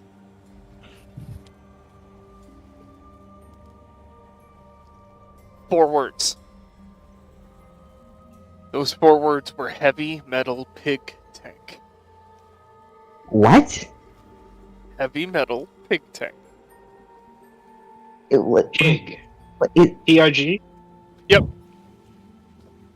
you said, okay, heavy metal, sure, that's normal. But pig tank? What do you mean a pig tank? So if you're not familiar with the Far Cry series, they have like vehicles and stuff, right? And in 6, one of the very popular ones that they really kind of gave a lot more thought to was tanks. As in, big cannon on the front, armored to hell. I'm used to like A traditional regular tank, SUVs and stuff. Okay. Right? There is one particular tank that you can acquire in the game that is doable through a side quest thing, where the front of it gets painted like a big pig. Making fun of the Far Cry like bad guy ruler of the region, right? And the tank only plays heavy metal. So heavy metal pig tank. That is amazing. I'm looking You it have up me now. sold. I'm trying to look it up now. I don't even play that game, and you have me sold. Yep. Oh, okay. So I don't know why I was expecting an actual metal pig that's just a tank. Like it's a metal pig. It is a tank that's- painted with a pig on it. Oh, Painted to look like a pig. a pig. Oh. But it is still a tank. Wouldn't they like have a whole alligator crocodile attack pit in Far Cry 5 or something? That's 6. His name is Guapo. That's sick. Fucking yeah. guapo. And he is terrifying to watch. Amazing. I mean, it's a Although alligator. not nearly as terrifying as the rooster. What? Oh no! I don't. If you get No, far just enough so into the bad I game have- or you go to a certain area and find the thing, you could do a series of side quests that will earn you Chicharron as one of your amigo companions that you can use. Chicharron is a rooster that was bred for cockfighting. And he has abilities known as like roid rage. That bird is terrifying. Just the Amazing. thought of fighting a cock, a Cock rooster fighting. at all. Just the idea of fighting it is not something I want to do. I mean, those beaks and those claws, those talons, those things hurt. Yeah, I would not want to that's fight why I Yep. captured a 30-pound turkey, and no, you don't go to town on one of those unless you're having dinner. Other than that, You do not. peaceful. You Turkeys just are nasty. I mean, roosters Yeah. can be nasty, right? But turkeys are nasty.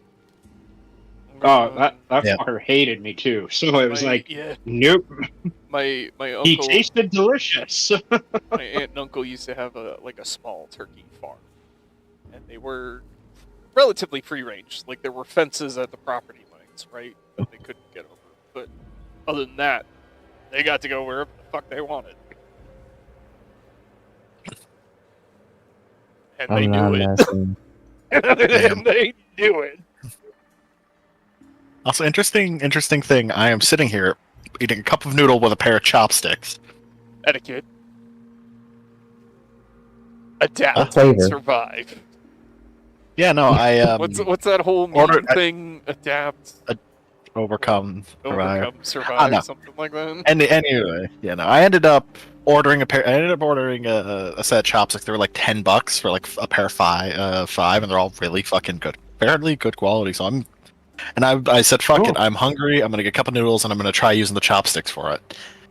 Because when I got home from work, I opened the package and I was eating some leftover bits of pork with the chopsticks. So I'm getting the hang of this.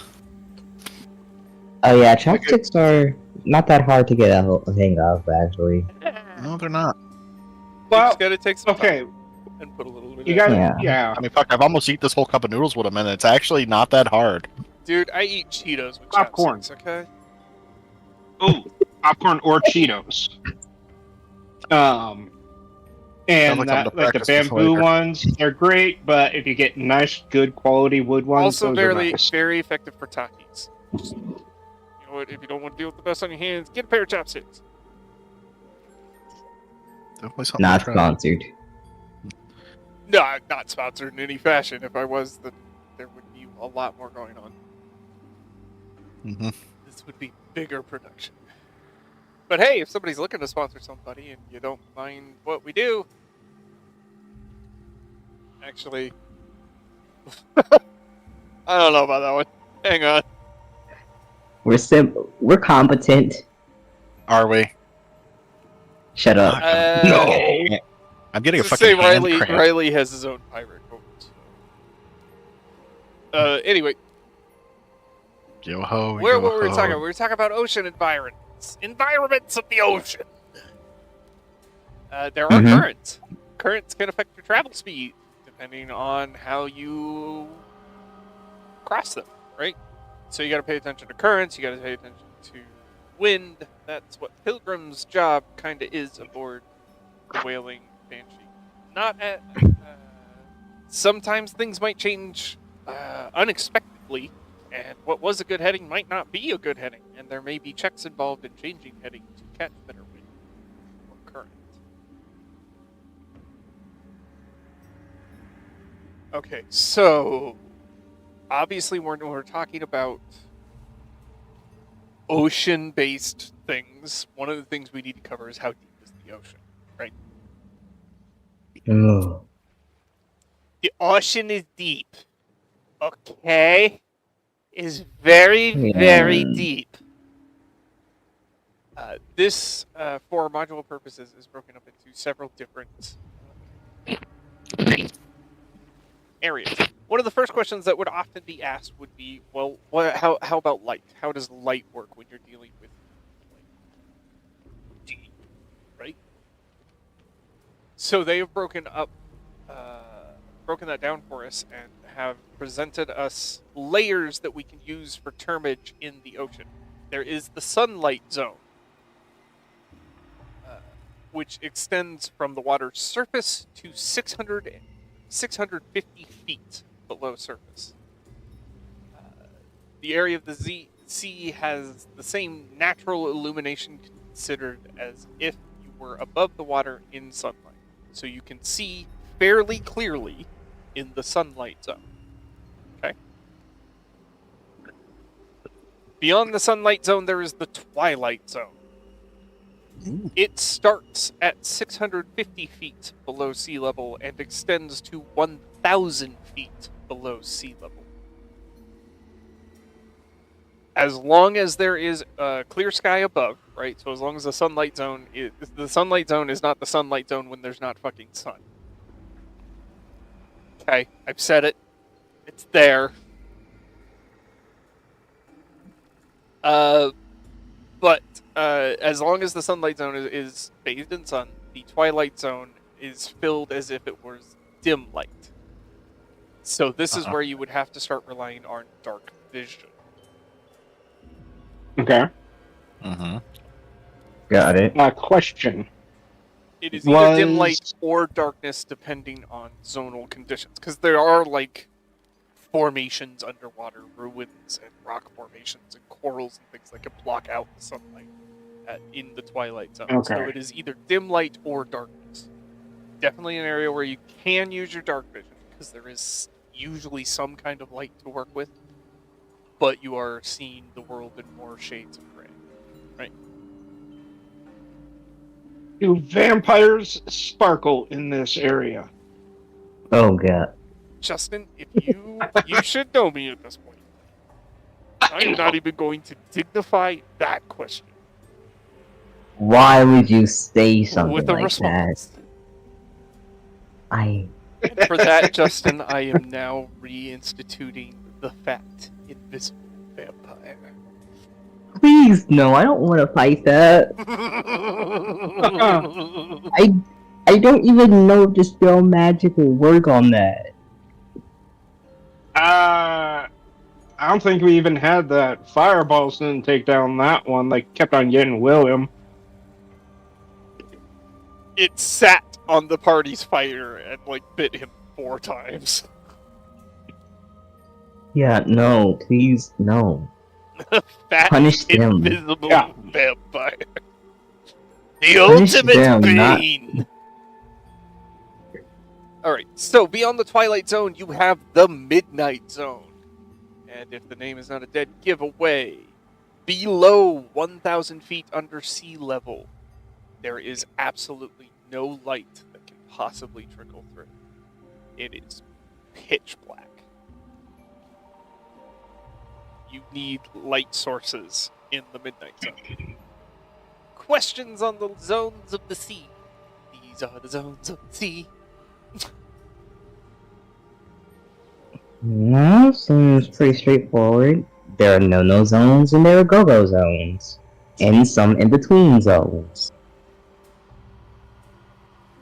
Alright, the other thing that you need to keep in mind when we are dealing with large amounts of water. Again, the line is set up all the way down to 1,000 feet. That does not mean the sea ends at 1,000 feet. It continues. So, another thing you need to worry about when the depths are involved is water pressure. Ooh, yeah, baby, water pressure. Nothing like getting crushed to death beneath the waves. Now, there is something that I want to cover with you guys, because there is an optional rule here. I like to have a discussion. And get your input. But there is going to be water pressure just kind of in there. The other thing is the deeper you go, the colder it gets. Ooh. Yeah. Right? So there are things that you need to take into account. If you go beyond a depth of 100 feet, is the marker that they give us.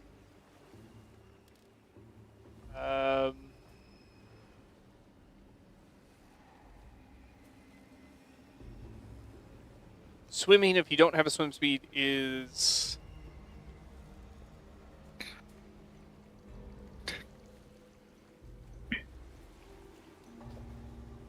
half your movement speed. Also, you are not able to swim for 8 hours a day.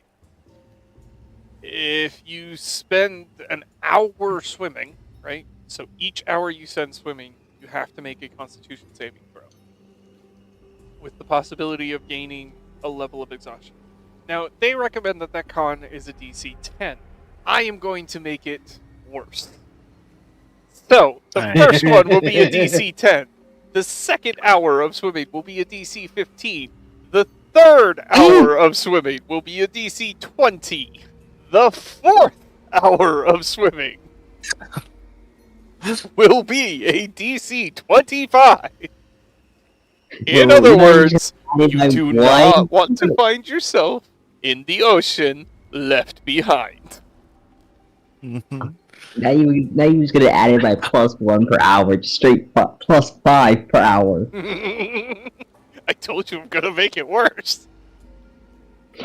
Oh.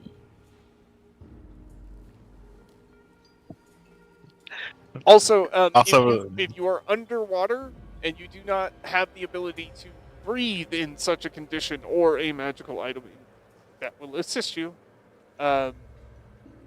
you have a number of minutes that is equal to, I want to say, your Constitution modifier plus something. I need to learn this. Give me a second. I'll these rules to be- You're breaking up so bad, my guy. Oh, sorry. Test. Is it still bad? No, No. that We're seems good to now. come through fine. We'll see if it can hold through a longer thing. Okay. A creature can hold its breath for a number of minutes equal to 1 plus its Constitution modifier with a minimum of 30 seconds. With a minimum of 30 seconds of breath time. So, When you run out of breath or are choking, you can survive a number of rounds equal to your con modifier, minimum 1, at the start of drops 0 HP instead of dying and can regain. Its...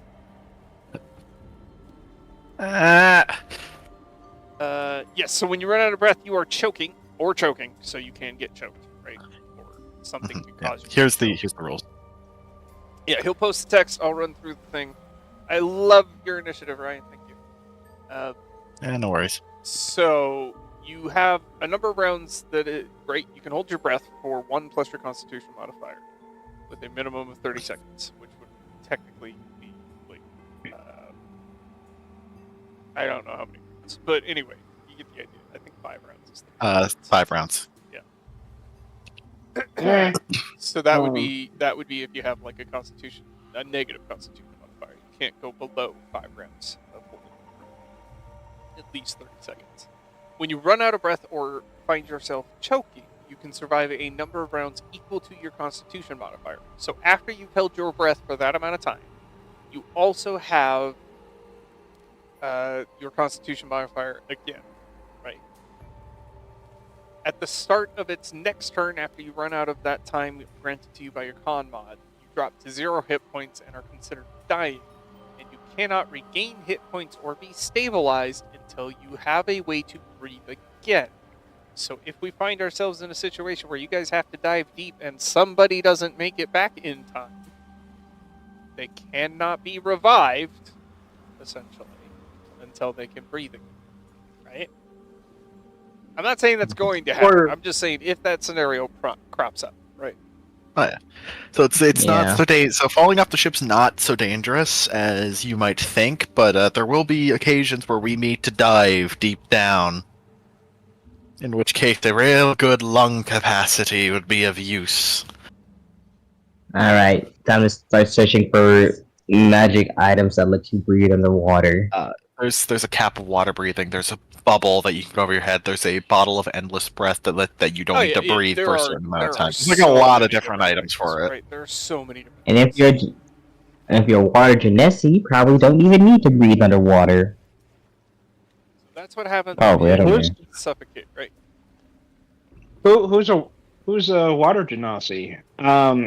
Sherlock.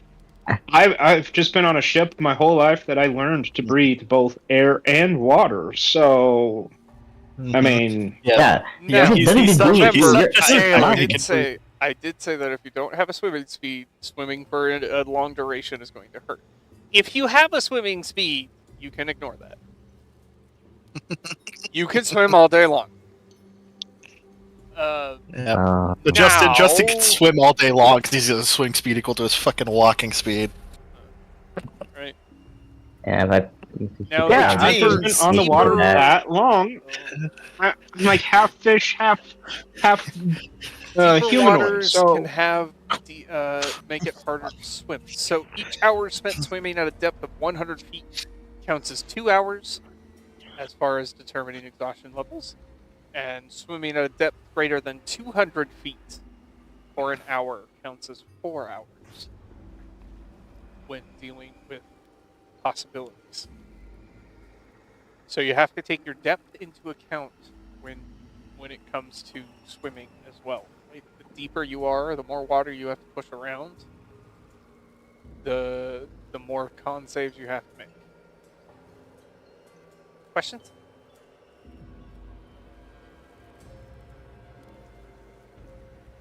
Nope. no, Then we will Nine. move on to deciding whether or not we want to. Oh, I'm sorry, Ryan. You good? Yeah, I'm good. I said no. Okay, I just want to make sure. Optional rule. So, the optional rule that is up for discussion is. That's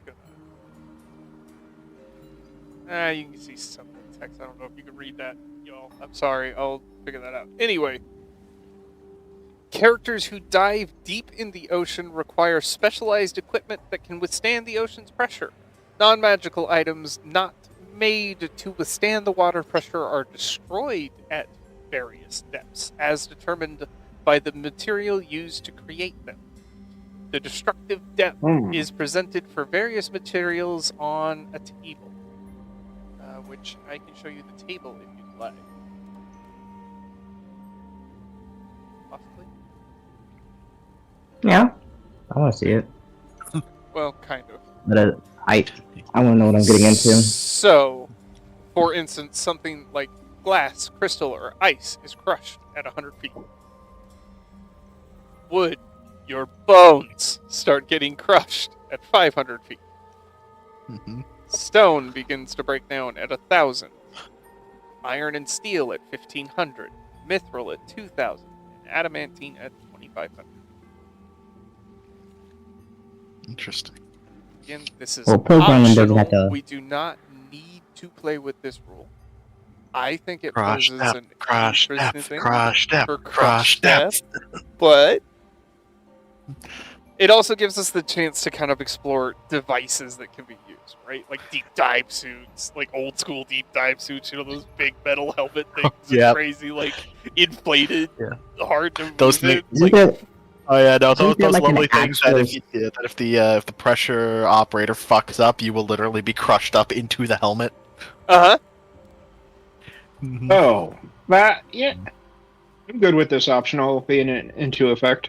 And we can also Also, I work found with like that this is- bathyspheres, right? Mhm. I'm there's just probably never some going to spells, too, wear that, like, armor. can deal with the pressure, like like a spell. It's like a bubble around you that can withstand certain pressure and has air in it for a certain amount of time. Also, I was looking into it, and apparently there is a ring of swimming. It's an uncommon magic item that gives you a 40 feet swim speed. Yes. I think you have to That have also swim means into you it can though. swim all day. Yep, unattuned, which is fun. Also, you know what? I have because of my background, I have a fucking hilarious ability. Yeah. What? I can keep moving for twice the. Y'all travel for 8 hours. I could do 16. What? Yeah, it's weird. I could travel for 16 hours a Okay. day before without being subjected to the forced march travel pace. Oh, Okay. You'll just carry all our baggage and all that Yeah. kind of stuff. That'll wear you out in 8 hours. Also, I have a special thing that if there is a safe route to dock a ship at land, I can automatically go there. No check required. Only if such a route exists, though. Okay. Oh my I'm looking at God. the clock, and we are. Wow, we've been going at this hard. Yeah, 20 minutes till what would be normal end time. So I'll give us some time to think over the optional rule. We can make a decision on that next time. Let me see if there is anything else that I feel you absolutely need to know for a world building thing. I don't think so. Other than our usual, we are using sanity, which Riley will call for sanity saves, and these folks know how sanity affects you. It can go good or it can go bad. There could be madness rolls, and madness is always fun. Sanity is fun. It's like Darkest Dungeon. If you hit a breaking point, it's can either be really, really bad or really, really good, depending on how you have to roll. I yeah, I enjoy didn't want the to pick that functionality games. of it. And then I have elected to use hero points instead of DM inspiration. Well, not really instead of, but in addition to, so that there is some sort of special thing about the characters. Those are d6s that can be applied to any rolling of the d20, such as saving throws, ability checks, attacks. But now, Not can we damage, not damage, can we roll a hero point after the results have been said? No, you do need to roll a hero point before we get to the results. I will try, unless I jump to the result really, really fast. In which case, I'll probably let you do it. But you gotta ask. We've played long enough. You do need to ask. We gotta ask for the YouTube peoples. Yeah, we need these peoples to know how things work. Mhm. Also, my favorite rule of yours, which is the fact that of how potions work. Oh yes, free action for potions. Yep. So you will Yeah, probably see people. I mean, I think most of the viewers are regular players. They know these things. But in case you don't, it's okay. Hey, Welcome. no. We love having you here. This is the Masters Lair. We like playing super OP D&D. Yeah, it makes us feel good. Also, look who it is. Harvey. Oh my goodness. Harvey. Wait. Before Harvey! he speaks, I want to ask: Did you fall asleep and forget? No, he had work. Oh, yeah, work. He works Aw. every other week. Oh, yeah, that's right. Hey. Oh, Hi. Harv. Hey, everybody. This is Hi. Harvey. Give love to Harvey. Harvey's our fourth. We love Harvey. How's everybody doing? We're doing real good, man. We've Doing got good. Also, Harvey, did you ever get around to getting the thing for me? we're already dead. What? The description Well, I thought for we already William did that. Give to the artist. You haven't given it to me yet. Whoa, I sent you the picture, man. Yeah, Yeah. the picture. Whoa, I sent you I thought that was good enough. Yeah, no, a picture, but I also wanted a text description of any additional details not listed in the image. You want anything special? Oh I got- shit! I got didn't pretty no. nitty-gritty with that image. Go ahead, I'm you not do it. gonna lie. You, Hold you- on, you one did, you second. did, right. He was dressed up. He's up because he He's mad at me. He's up because he No, I think everything. You can go ahead and do on that. You don't need me. Okay, thank you, Harv. There's nothing really. I'm sorry. I thought the picture was good Oh, no, enough. I it's didn't alright. realize. It's understandable, man. It's I understandable. did too, Harv. I'm not gonna lie. I was like, dude, man, worth 1,000 words. So- Everybody says that. Yeah. Yeah, fair So how'd the game go today? Remember, Hey, it's just Well session dead. 0 stuff, man. It's been they met a lot of the crew, which you'll get to meet throughout the course of things. They like some of them, they don't like some of them.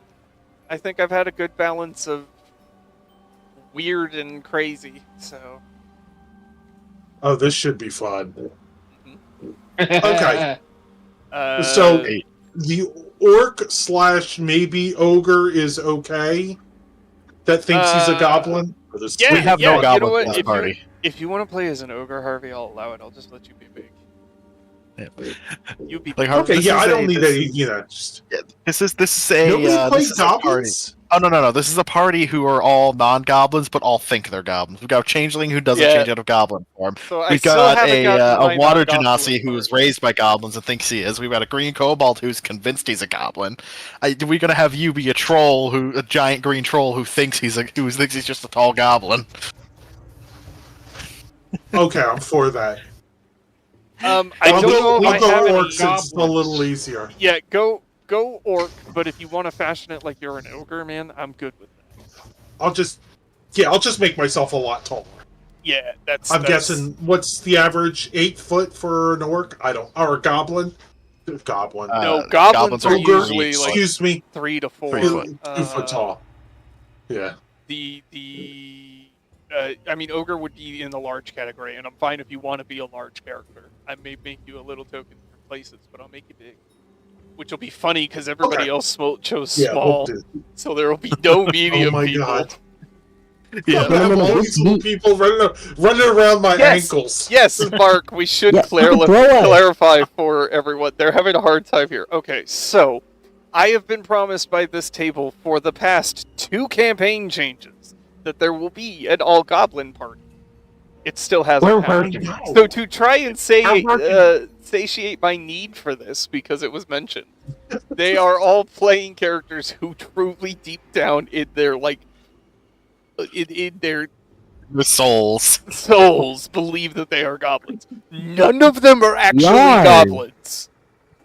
We are goblins. More goblins, So right? this- I fully intend for this to come up in like roleplay scenarios and really cause some interesting discussion work down the road. I'm just a very scaly This is going to be goblin. very interesting. Disease. He's got a, so much he's got a fun. disease, make it scaly.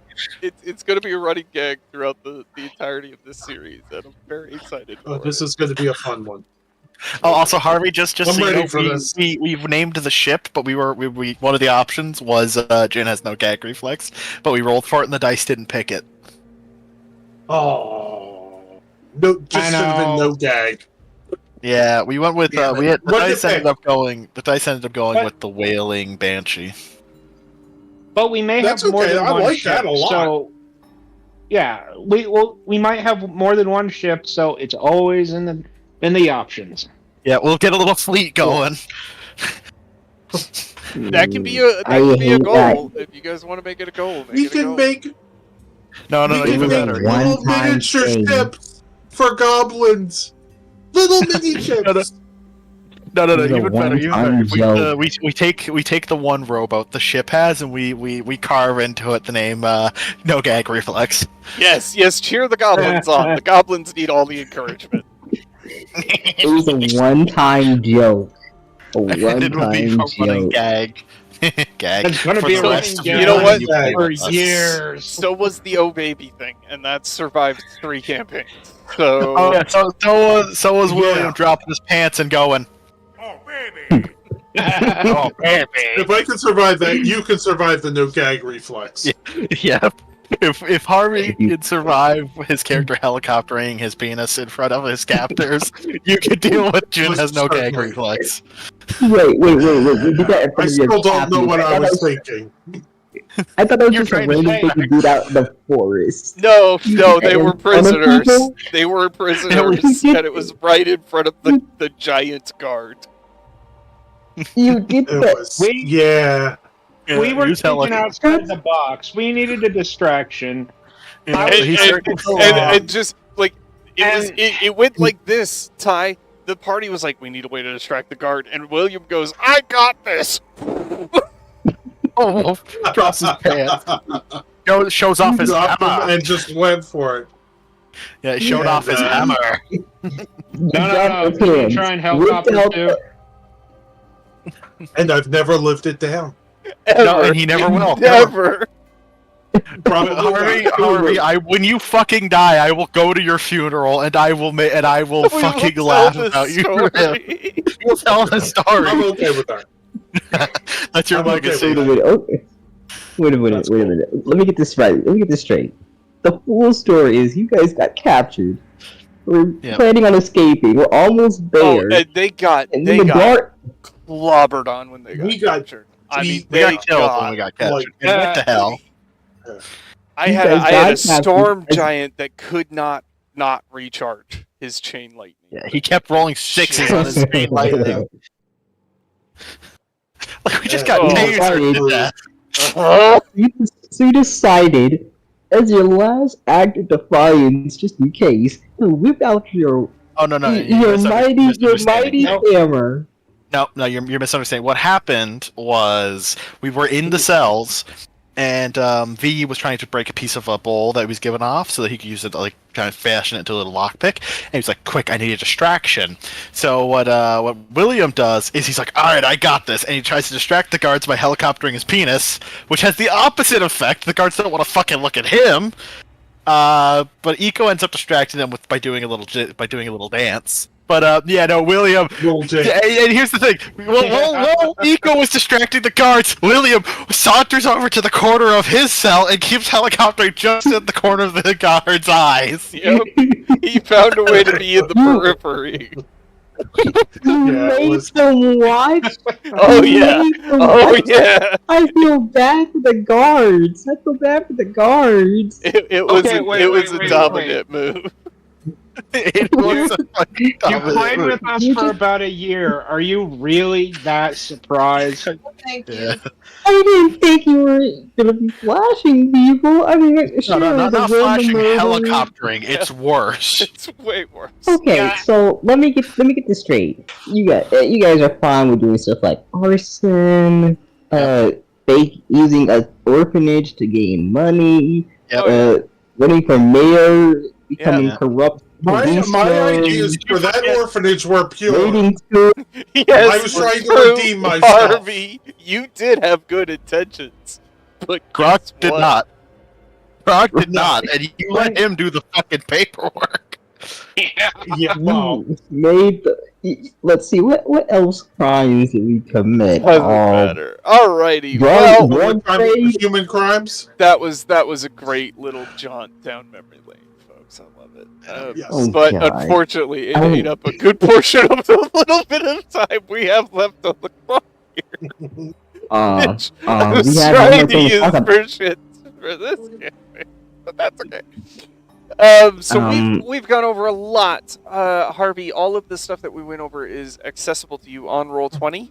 A lot of it is also on Discord. I tried to make it available in as many places as I could so you could get a look at it. By next week, our stuff in the back. goal is going to be getting underway with our first kind of encounter setup. And, well, before we do that, we are going to establish our pirate code, which is going to be very important for us as a party, as this is the code that we are holding ourselves to the good alignment with, right? That is the ultimate goal here. So we have to make sure that we're, we give this some thought, and we don't make it too easy on ourselves. I'm giving you guys a little bit of rope here, right? But I do want you to think about things that might come up that might be difficult. It's got to be challenging. It has to be at least a little challenging. Remaining good has to have challenges. There will be parlay 7. Should be one of them. What do you say? There will be 7 parlay. codes. The parlay. Parlay? Oh yeah, before we attack anyone, we give them the chance to surrender. Yeah. We parlay with anyone before we attack. Now we have a whole channel for that, and I've got a numbered thing going on that I'll edit and put them in where you guys want them. But you are free to have the discussion there and post whatever you want to in there, right? We can talk it out. I like the parlay idea. That's very interesting, right? Instead of the the last couple campaigns have been very much kick the fucking door in, let's go. So this would be an interesting. Yeah, maybe we can. A lot of role play. Maybe try and lean a little bit more on our role play skills. I mean, have the ability to kick the door down and go, but yeah. There's a small little update to the rules. Instead of 6, there will be 7 because the 7 C's. So our code that we're holding ourselves to will be 7 7 rules. And if a rule gets 7 rules? broken, there will be consequences. And that will come in the shape of alignment changes. And if your alignment shifts too far, you will be kicked off the Wailing Banshee. You'll be forced to walk the plank. Oops, excuse me. I mean, it's interesting to have another they can't failure. kick me off. Remember how big Iron Fist is. Oh yeah, no. I think it's interesting because And we are not tall. another path to failure with our characters. Instead of our characters just dying, it's possible for them to get kicked off, and well, that's all she wrote. Make a new character because that character's no longer part of this campaign, or maybe even will come back as a villain. I might stow people kicked off the ship, and like they might show up on a Sea Prince's ship, or maybe in the naval fleet, or right, like they'll find work on a different. Yeah, that might be a good one. That would be interesting because it also gives us closure with certain characters because we can kill them with our own hands. So yes, breaking a code is a serious thing. Yeah. Essentially, what I'm doing is I'll let you guys come up with the code for yourself, but this is the captain's code. Mm-hmm. So think aboard it the was. Wailing Banshee, this is law, right? Everybody on the ship voted for these. They all came up with the code, but it's known as the captain's code. Oh, where is it? Okay, Because if you and I break found it. Rule number. Yes, part of the Rule ship, number part of the crew. 7? Very much part of the ship, part of the crew. Oh, there it is. Okay. Number 7 was keep thy ship on the sea, because, well, we won't. Yeah. Also, I'm assuming the number 6, the no harming innocents, includes those who have surrendered. Yes. Mm-hmm. Correct. If they've surrendered, Don't kill those who surrender. They've already given up. yeah. Good. I think that pairs with the Okay. the parlay rule probably because they've already surrendered. We're better than them. Parlay with your enemy. Give them a chance. Give them a chance to avoid bloodshed. Also, Shaku's that we're better than them. We're better men. We're better men. I'm also thinking about maybe one rule that's we always have to kind of give back. Like never. I don't know. It's either never or it is. What if some of our money has to? What if some of our bounty has to go Like back A to the town? percentage of all time? loot, like 10-20% of all Goes loot for- has to go back, or maybe more, right? Maybe you want to give A back. quarter of all loot has to go back. Maybe it's a steep price. Maybe it's half. Well, let me say that I don't Go know, back like to how they like a gonna come up. church? Not go not back a to church town. specifically, but the town of Saltmarsh to help fund. Oh, the okay. fishers Okay, yeah, that and could that work. The local economy. Is Saltmarsh like a pirate town, or Saltmarsh Is is, it just a poor fishing village. okay? Yeah, that would make sense. Then we could be supporting the families, And assisting with the family. there are 2 major factions at play. There's 3 factions into all that the game will really focus in on, but there's 2 major factions out in the open at play in the town. There are the traditionalists, which are mostly the town's folk and the people who have been in the town for a long time. So the king has he was really militarily focused. He wanted to push his borders as far as he could push it, be the conquering king, and so he did that. And he kept pushing north and east and west and north and north and north. And Saltmarsh is in the south of his realm, and so he kind of ignored it for a long time. And this caused smuggling and piracy and banditry and things of those natures to crop up down here because it wasn't getting the support of the crown. Right? It was getting ignored. It was part of the kingdom, but it wasn't getting what it needed, Oh, I'm so sorry. You should have like fallen in. protection So- and things of that nature. But the king has suffered several crippling defeats and has had to retreat back into the original boundaries of his kingdom, and so he has started looking inward and has now become aware of the situation in the south and has sent a naval force and a bunch of people down there to has basically changed his tune. If we're not going to be a military might, we're going to be a trade center. And so there are the traditionalists who want things to stay as they are. Everybody's been fishing, they've been smuggling. Sure, the pirates have been a problem, but we've been able to kind of deal with them. Yeah, I gotta And go. yeah, sure, the king. Yeah, we'll see, man. The See you king guys. sent troops down here to help us beat the pirates back. That was great, but don't fuck with us. We're fine. And then there are the loyalists who are like, nope, the king needs to take control and we're going to make this place, they're kind of, they're very loyal to the crown hold on and they're one there second, to, like, Riley. institute things. Yeah. So maybe we're not pirates, we're pirateers. You know what I mean? In the traditional sense, right? Like we're out there to kind of. Yeah, I'll get there. So Okay. your captain is a traditionalist. He doesn't want Saltmarsh to change. He's from the area. He likes it the way it is. But he's also not a full pirate, which there are full pirates known as the Sea Princes at play. They're not really a faction, but those are your raid, sink ships, burn everything to the ground pirates, right? You guys are aboard a vessel that is not sanctioned by the crown, nor is part of the pirates. You are technically a pirate vessel, but you are not part of the local pirate sub-kingdom, right? So we're kind of like the Robin Hoods, like we were discussing. That's the situation I'm trying to create for you, right? Yeah. Okay, works. Anyway, that is... We are past the time that we usually have on today, and as much as I love discussing this with you all, and as much more world building as we can do, Harvey, I'm going to have to leave you to do a lot of reading. Sorry, buddy. That's okay. Because I don't know if I the can... world, I'm guessing. To last much longer of me just babbling on about stuff I've already done. Oh, don't That's worry, all right. don't worry. I think I started reading this. Yeah.